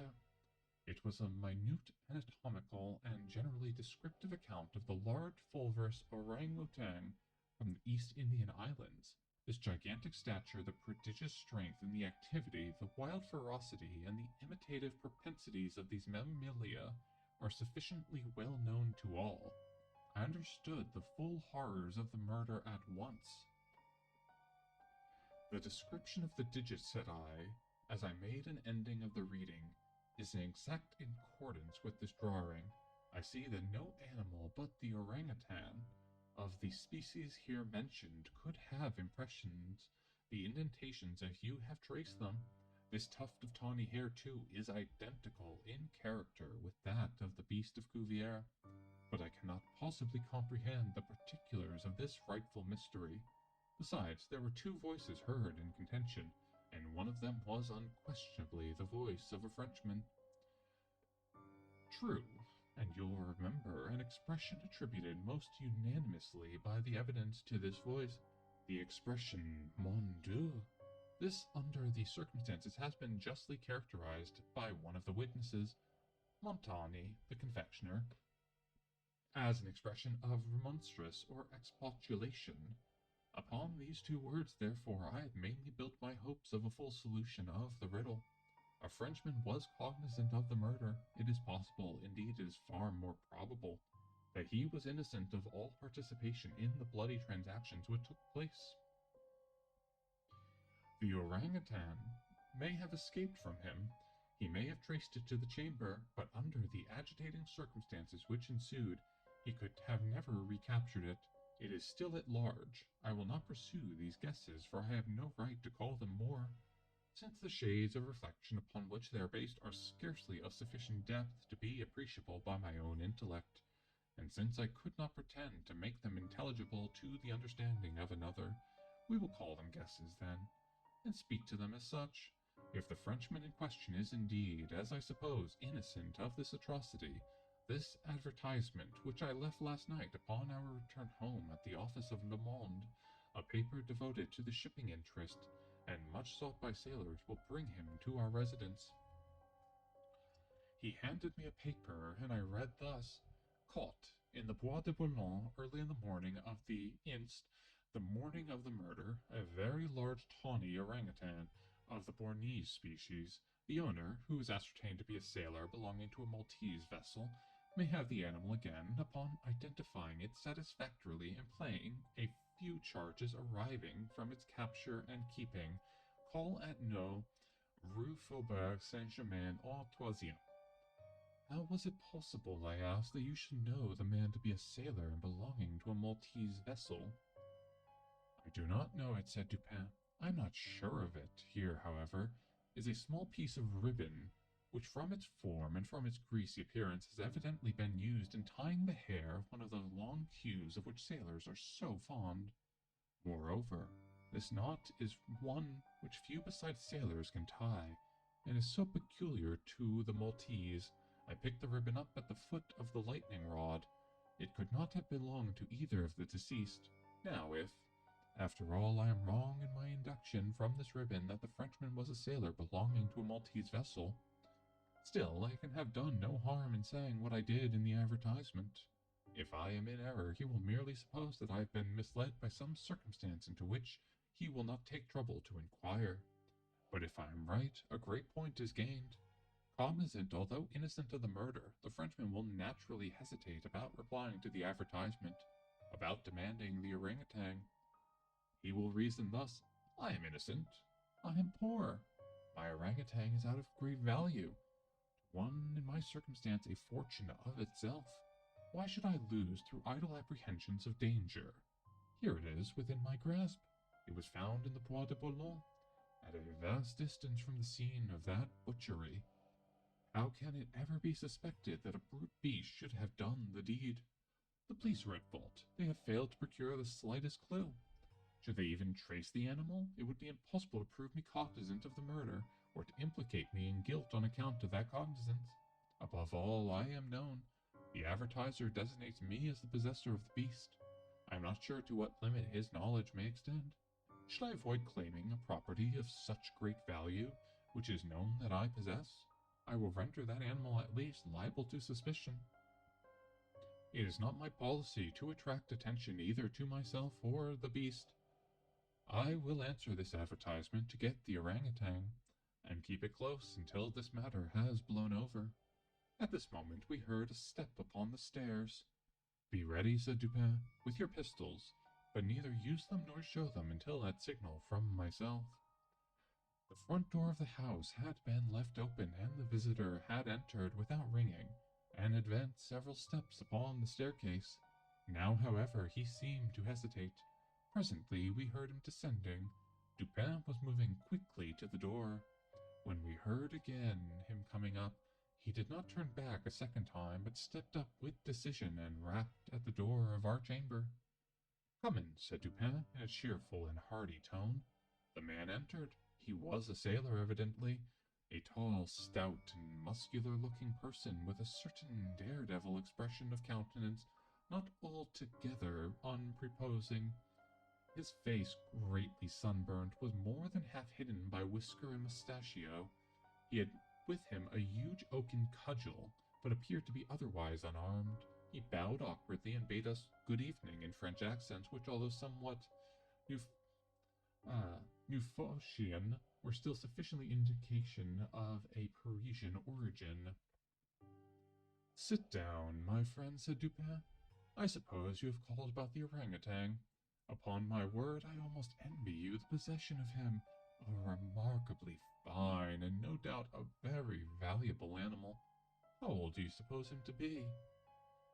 The sailor drew a long breath with the air of a man relieved of some intolerable burden, and then replied in a half-assured tone, "I have no way of telling, but he can't be more than 4 or 5 years old. Have you got him here?" "Oh, no, we had no convenience for keeping him here. He is at a livery stable in the Rue du Bourg, just by. You can get him in the morning. Of course you are prepared to identify the property." "To be sure I am, sir." "I shall be sorry to part with him," said Dupin. "I don't mean that you should be at all this trouble for nothing, sir," said the man. "Couldn't expect it. Am very willing to pay a reward for the finding of the animal, that is to say, anything in reason." "Well," replied my friend, "that is all very fair, to be sure. Let me think. What should I have? Oh, I will tell you. My reward shall be this. You shall give me all the information in your power about these murders in the Rue Morgue." Dupin said the last words in a very low tone and very quietly. Just as quietly, too, he walked towards the door, locked it, and put the key in his pocket. He then drew a pistol from his bosom and placed it, without the least flurry, upon the table. The sailor's face flushed up as if he were struggling with suffocation. He started to his feet and grasped his cudgel, but the next movement he fell back into his seat, trembling violently, and with the countenance of death itself. He spoke not a word. I pitied him from the bottom of my heart. "My friend," said Dupin in a kind tone, "you are alarming yourself unnecessarily. You are indeed. We mean you no harm whatever. I pledge you the honor of a gentleman, and of a Frenchman, that we intend you no injury. I perfectly well know you are innocent of the atrocities in the Rue Morgue. It will not do, however, to deny that you are in some measure implicated in them. From what I have already said, you must know that I had means of information about this matter, means of which you could never have dreamed of. Now the thing stands thus. You have done nothing which you could have avoided, nothing certainly which renders you culpable. You were not even guilty of robbery, when you might have robbed with impunity. You have nothing to conceal. You have no reason for concealment. On the other hand, you are bound by every principle of honor to confess all you know. An innocent man is now imprisoned. charged with that crime of which you can point out the perpetrator. The sailor had recovered his presence of mind in a great measure while Dupin uttered these words, but his original boldness of bearing was all gone.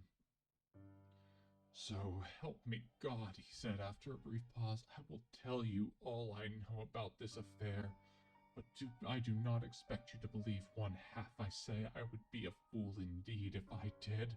Still, I am innocent, and I will make a clean breast if I die for it." What he stated was, in substance, this. He had lately made a voyage to the Indian archipelago, a party of which he formed one landed at Borneo, and passed into the interior, made an excursion of pleasure. Himself and a companion had captured the orangutan. The companion dying, the animal fell into his own exclusive possession. After great trouble occasioned by the intractable ferocity of his captive during the home voyage, he, at great length, succeeded in lodging it safely at his own residence in Paris, where, not to attract toward himself the unpleasant curiosity of his neighbors, he kept it carefully secluded, until such a time as he should recover from a wound in the foot received from a splinter on board ship. His ultimate design was to sell it. Returning home from some sailor's frolic the night, or rather in the morning of the murder, he found the beast occupying his own bedroom, into which it had broken from a closet adjoining, where it had been, as was thought, securely confined. Razor in hand and fully lathered, it was sitting before a looking-glass attempting the operation of shaving, in which it had no doubt previously watched its master through the keyhole of the closet. Terrified at the sight of so dangerous a weapon in the possession of an animal so ferocious, and so well able to use it, the man for some moments was at loss of what to do. He had been accustomed, however, to quiet the creature, even in its fiercest moods, by use of a whip, and to this he now resorted. On sight of it, the orangutan sprang at once through the door of the chamber, down the stairs, and thence through a window, unfortunately open, into the street. The Frenchman followed in despair, the ape, razor still in hand, occasionally stopping to look back and gesticulate at its pursuer until the latter had nearly come up with it. It then again made off. In this manner the chase continued for a long time. The streets were profoundly quiet, as it was nearly 3 o'clock in the morning. In passing down an alley in the rear of the Rue Morgue, the fugitive's attention was arrested by a light gleaming from an open window of Madame L'Espan's chamber in the 4th story of her house. Rushing to the building, it perceived the lightning rod, clambered up with inconceivable agility, grasped the shutter, which was thrown fully back against the wall, and by its means swung itself directly upon the headboard of the bed.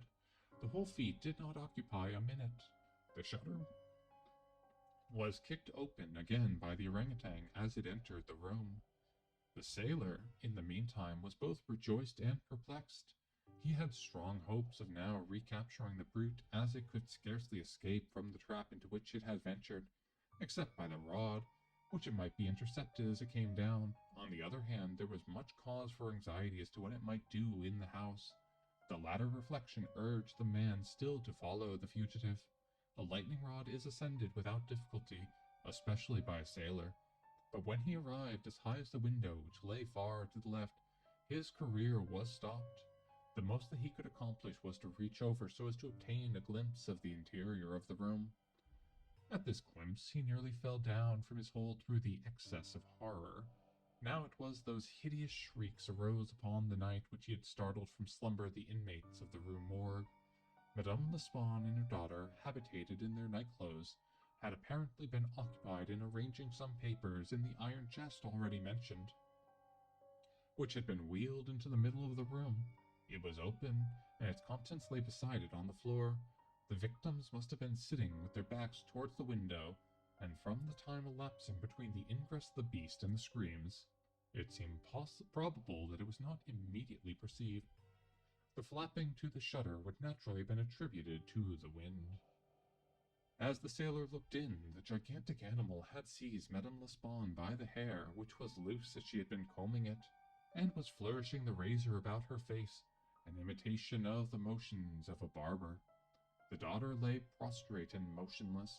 She had swooned. The screams and struggles of the old lady, during which the hair was torn from her head, had the effect of changing the probable pacific purposes of the orangutan into those of wrath. With one determined sweep of its muscular arm, it nearly severed her head from her body. The sight of blood inflamed its anger into frenzy. Gnashing its teeth and flashing fire from its eyes, it flew upon the body of the girl and embedded its fearful talons in her throat, retaining its grasp until she expired. Its wandering and wild glances fell at this moment upon the head of the bed, over which the face of its master, rigid with horror, was just discernible. The fury of the beast, who no doubt bore still in mind the dreaded whip, was instantly converted into fear. Conscious of having deserved punishment, it seemed desirous of concealing its bloody deeds, and skipped about the chamber in agony of nervous agitation, throwing down and breaking furniture as it moved and dragging the bed from the bedstead. In conclusion, it seized the first corpse of the daughter and thrust it up the chimney as it was found, and that of the old lady, which it immediately hurled through the window headlong. As the ape approached the casement with its mutilated burden, the sailor shrank aghast to the rod, and rather gliding than clambering down it, hurried once home, dreading the consequences of the butchery, and gladly abandoning in his terror all solicitude about the fate of the orangutan. The words heard by the party upon the staircase were the Frenchman's exclamations of horror and affright commingled with the fiendish jabberings of the brute. I have scarcely anything to add. The orangutan must have escaped from the chamber by the rod just before the breaking of the door. It must have closed the window as it passed through. It was subsequently caught by the owner himself, who obtained it for a very large sum at the Jardin des Plantes. Le Bon was instantly released. Upon the narration of the circumstances, with some comments from Dupin, at the bureau of the prefect of police, this functionary, however, well disposed to my friend, could not altogether conceal his chagrin at the turn which affairs had taken, and was fain to indulge in sarcasm or two about the propriety of every person minding his own business. "Let him talk," said Dupin, who had not thought it necessary to reply. "Let him discourse, it will ease his conscience. I am satisfied with having defeated him in his own castle. Nevertheless, that he failed in the solution of this mystery is by no means the matter for wonder which he supposes it, for, in truth, our friend the prefect is somewhat too cunning to be profound. In his wisdom is no stamen. It is all head and no body, like the pictures of the goddess Laverna, or at best all head and shoulders like a codfish. But he is a good creature after all. I like him, especially for one master stroke of cant, by which he has attained his reputation for ingenuity. I mean the way he has de dire ce qui ne d'expliquer ce qui n'est pas. And that is the mystery of the murders at the Rue Morgue. That is a much longer story than I remember it to be.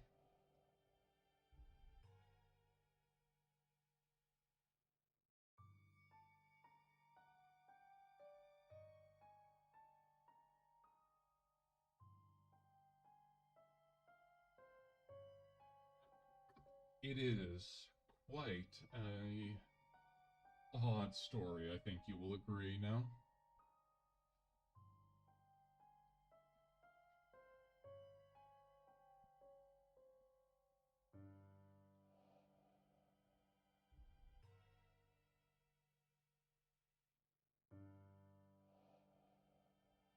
I mean, who would have thought about an orangutan? Let's see. Barreto, if you are still here, thank you very much for the follow, and welcome to the apothecary.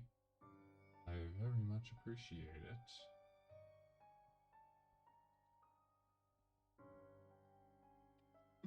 Well, I do think we have, let's see, it is 9:40.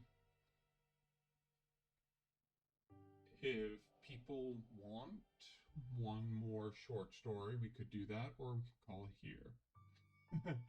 Yes, I have already had a nice swig of water. I'm gonna take another though.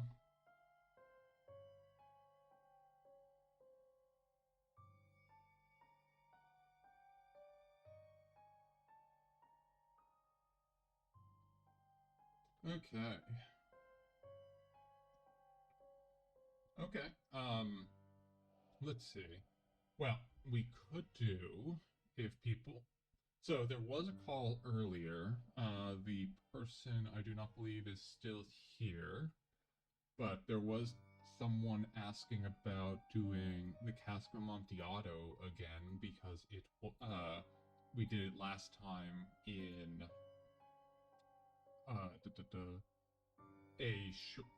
on the single mic instead of with the ASMR. That would be a good length, or I can find something else.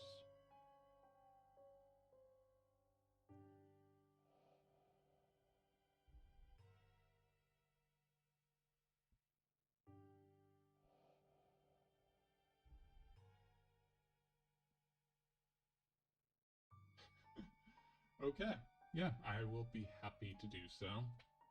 That's probably the easiest for me anyway, because that was a rather long story before. So let me take one more drink and we will do the binaural reading of the Cask of Amontillado. Let me update the command really quick as well. Okay. One moment.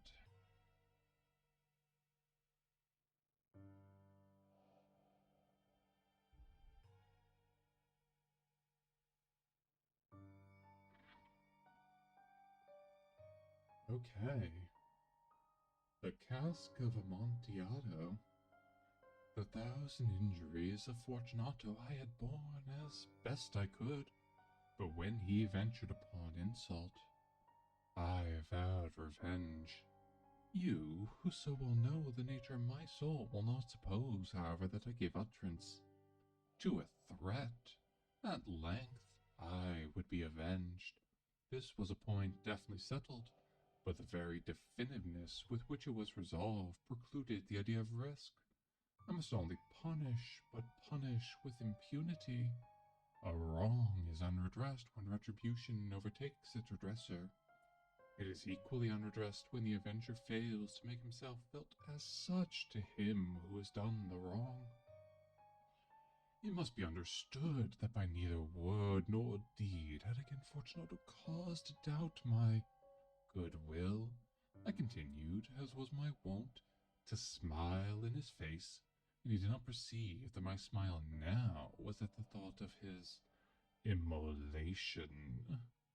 He had a weak point, this Fortunato, although in other regards he was a man to be respected and even feared. He prided himself on his connoisseurship in wine. Few Italians have the true virtuoso spirit. For the most part, their enthusiasm stopped to suit the time and opportunity, to practice imposture upon the British and Austrian millionaires in painting and gemmary. Fortunato, like his countrymen, was a quack. Oh, but on the matter of old wines, he was sincere. In this respect, I did not differ from him materially. I was skillful in Italian vintages myself and bought largely whenever I could. It was about dusk one evening during the supreme madness of the carnival season that I encountered my friend. He accosted me with excessive warmth, for he had been drinking much. The man wore motley. He had on a tight-fitting, party-striped dress, and his head was surmounted by the conical cap and bells. I was so pleased to see him that I thought I should never have done wringing his hand. I said to him, "My dear Fortunato, you are luckily met. How remarkably well you are looking today, but I have received a pipe of what passes for Amontillado, and I have my doubts." "Oh," said he, "Amontillado? A pipe? Impossible! In the middle of the carnival? I have my doubts, I replied, and I was silly enough to pay the full Amontillado price without consulting you in the matter. You were not to be found, and I was fearful of losing a bargain. Amontillado. I have my doubts. Amontillado. And I must satisfy them. Amontillado. As you are engaged, on my way to Lucchese. If anyone has a critical tongue at tea, he will tell me, Lucchese cannot tell Amontillado from sherry. And yet some fools will have it that his taste is a match for your own.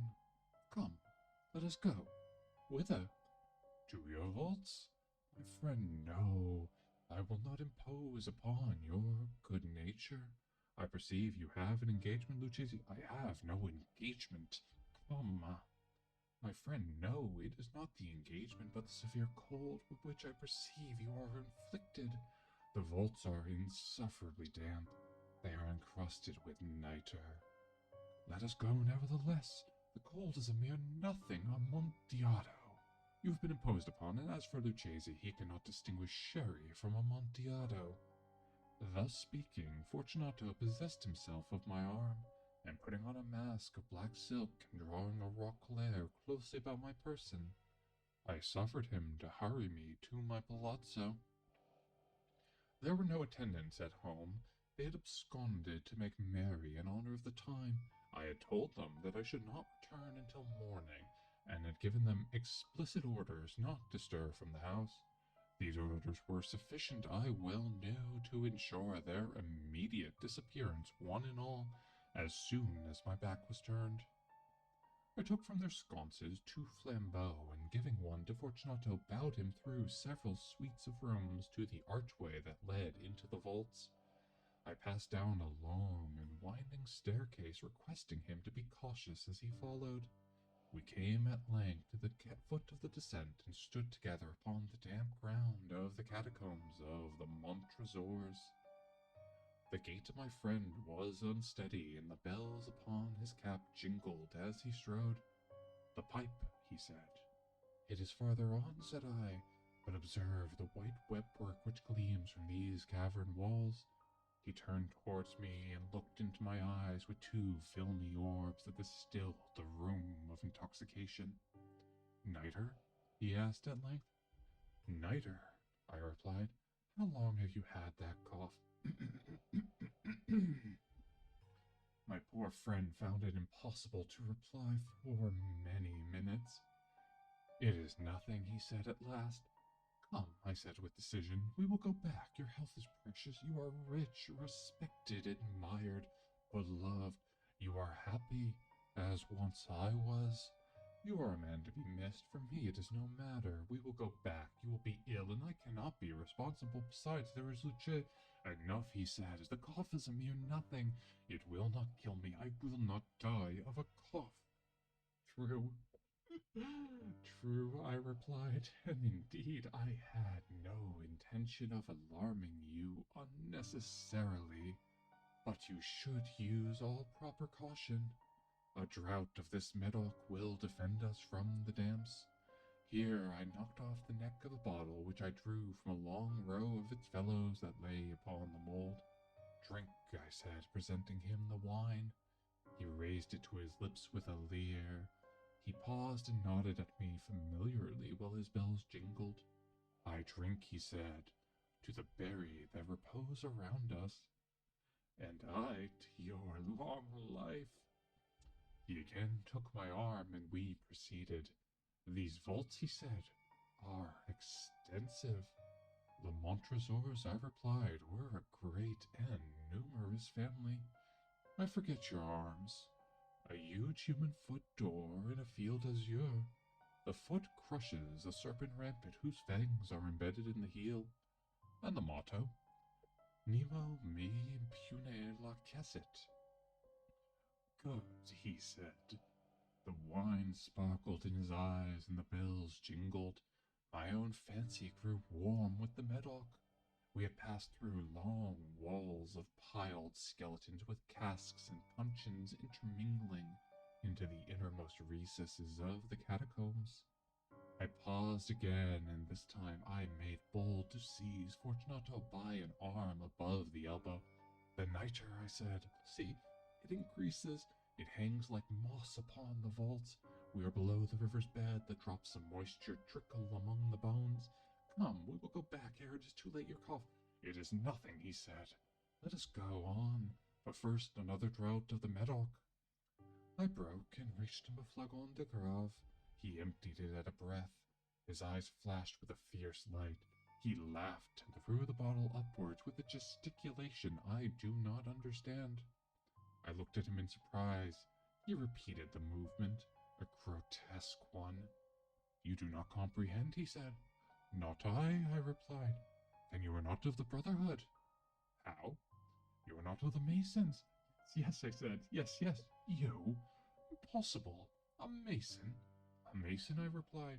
A sign, he said. A sign. It is this, I answered, producing from beneath the folds of my roquelaire a trowel. You jest, he exclaimed, recoiling back a few paces. But let us proceed to the Amontillado. Be it so, I said, replacing the tool beneath my cloak and again offering him my arm. He leaned upon it heavily. We continued our route in search of the Amontillado. We passed through a range of low arches, descended, passed on, descending again, arrived at a deep crypt, in which the foulness of the air caused our flambeau rather to glow than flame. At the most remote end of the crypt there appeared another less spacious. Its walls had been lined with human remains piled to the vault overhead, in the fashion of the great catacombs of Paris. 3 sides of this interior crypt were still ornamented in this manner. From the 4th side the bones had been thrown down and lay promiscuously upon the earth, forming at one point a mound of some size. Within the wall thus exposed by the deplacing of the bones, we perceived a still interior crypt or recess. In depth about 4 feet, in width 3, in height 6 or 7, it seemed to have been constructed for no especial use within itself, but formed merely the interval between 2 of the colossal supports of the roof of the catacombs, and was backed by one of their circumscribing walls of solid granite. It was in vain that Fortunato, uplifting his dull torch, endeavored to pry into the depths of the recess. Its termination, the feeble light did not enable us to see. Proceed, I said. Herein is the Amontillado. As for Lucchesi, he is an ignoramus, interrupted my friend as he stepped unsteadily forward. I followed immediately at his heels. In an instant he had reached the extremity of the niche, and finding his progress arrested by the rocks, stood stupidly bewildered. A moment more, and I had fettered him to the granite. In its surface were 2 iron staples, distant from each other about 2 feet horizontally. From one of these depended a short chain, from the other a padlock. Throwing the links about his waist, it was but the work of a few seconds to secure it. He was much too astounded to resist. Withdrawing the key, I stepped back from the recess. Pass your hand, I said, over the wall. You cannot help feeling the nitre. Indeed, it is very damp. But let me implore you to return. No, I must positively leave you. But I must first render you all the little attentions in my power. The Amontillado, ejaculated my friend, not recovered from his astonishment. True, I replied. The Amontillado. As I said these words, I busied myself among the pile of bones of which I had before spoken. Throwing them aside, I soon uncovered a quantity of building stone and mortar. With these materials, and with the aid of my trowel, I began vigorously to wall up the entrance of the niche. I had scarcely laid the first tier of the masonry when I discovered that the intoxication of Fortunato had in great measure worn off. The earliest indication I had of this was a low, moaning cry from the depth of the recess. It was not the cry of a drunken man. There was then a long and obstinate silence. I laid the second tier, and the third, and the fourth, and then I heard the furious vibration of the chain. The noise lasted for several minutes, during which that I might hearken to it with more satisfaction. I ceased my labors and sat down upon the bones. When at last the clanking subsided, I resumed the trowel and finished without interruption the fifth, the sixth, the seventh tier. The wall was now nearly at level with my breast. I again paused, and holding the flambeau over the mason work, threw a few feeble rays upon the figure within. A succession of loud and shrill screams bursting suddenly from the throat of the chained form seemed to thrust me violently back. For a brief moment I hesitated. I trembled. Unsheathing my rapier, I began to grope about it with the recess, but the thought of an instant reassured me. I placed my hand upon the solid fabric of the catacombs, and felt satisfied. I reapproached the wall. I replied to the yells of him who clamored. I re-echoed. I aided. I surpassed them in volume and in strength. I did this, and the clamorer grew still. It was now midnight, and my task was drawing to a close. I completed the 8th, the 9th, the 10th tier. I had finished a portion of the last, and the 11th. There remained but a single stone to be fitted and plastered in. I struggled with its weight. I placed it partially in its destined position, but now there came from the niche a low laugh that erected the hairs on my head, and was succeeded by a sad voice which I had difficulty in recognizing as the noble Fortunato. The voice said, "Very good joke indeed, an excellent jest. We will have many a rich laugh about it at the palazzo over our wine." The Amontillado, I said. Yes, the Amontillado. But is it not getting late? Will they not be awaiting us at the palazzo? The Lady Fortunato and the rest. Let us be gone. Yes, I said. Let us be gone. For the love of God, Montresor. Yes, I said. For the love of God. But to these words I hearkened in vain for reply. I grew patient. I called aloud, "Fortunato." No answer. I called again, "Fortunato." No answer still. I thrust a torch through the remaining aperture and let it fall within. There came forth in return only a jingling of the bells.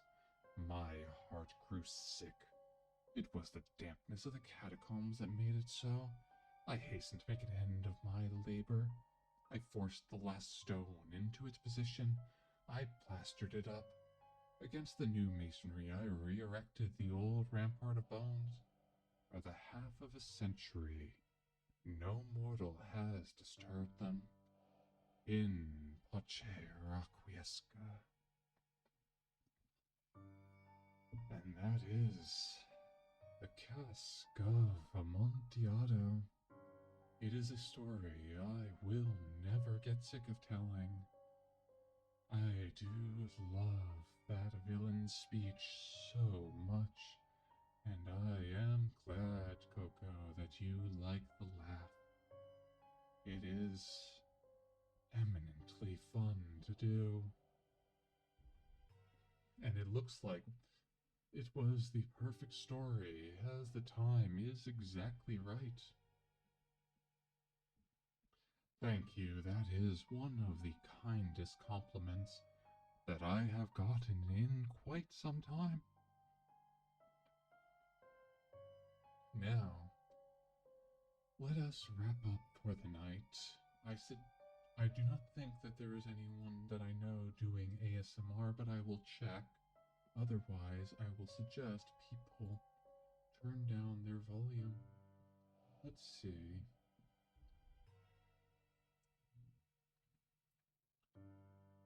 We have... Oh, let us raid tonight. Lulu is doing a community subathon. She is a wonderful demon sheep priestess. She has a wonderful set of models and does also charity work from time to time with her streams. So, I think we should go and support her current endeavor. As usual, I will say that I do these ASMR streams now with the binaural mic every Sunday at 7 p.m. And I also stream on Tuesday and Friday gaming streams. It appears that we will be playing the Dragon Age trilogy and continuing our play of Persona 5 Royal for the foreseeable future. If you are 18 or older, you are welcome to stay at the Apothecary after hours and join the Discord. We would be happy to have you. It is a lovely small community that I am so thankful to have formed around me. It is the best sort of people one can hope for. Now, if you want to stay up to date on my projects, that is the best place, but I also post quite frequently on Twitter.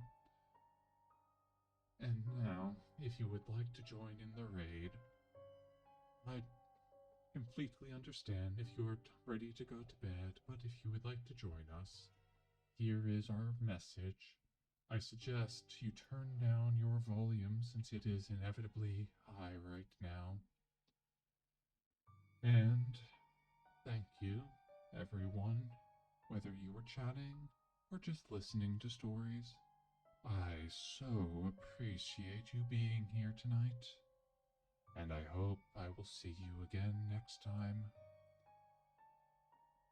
So, let's have one drink for the evening. And with that, I'm going to sign off now and start the raid. Have a wonderful night, everyone, and take care of yourselves.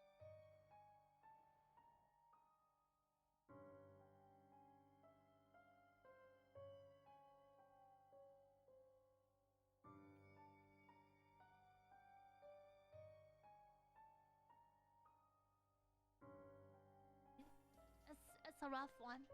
I forgot to participate in the marble. No worries, join us now. Exclamation mark play to join.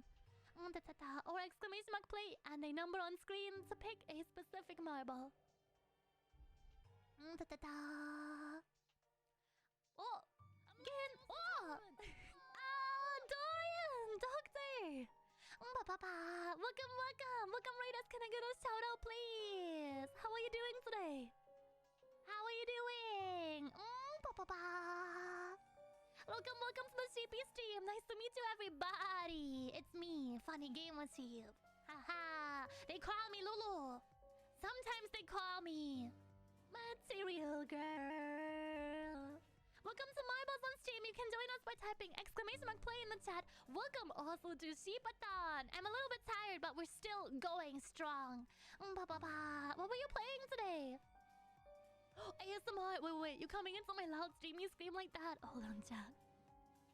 We can make this ASMR. Good Harvo. Material Girl. That's me. I have 3 things I want to see if I ever go. Fushimi Inari, the 47 Ronin, and Tetsu Monkai. Wait, what is Tetsu Monkai? I've never heard of that before. Sammy, thank you for joining. Welcome, Raiders. My name's Lulu. I'm the Funny Gamer Sheep. I'm here Wednesday to Sunday, 5 p.m. GMT. That is noon EST for the Burgerlanders on the East Coast. And I'm currently also doing bonus streams on Friday mornings. British time. Over on Billy. First time here, how are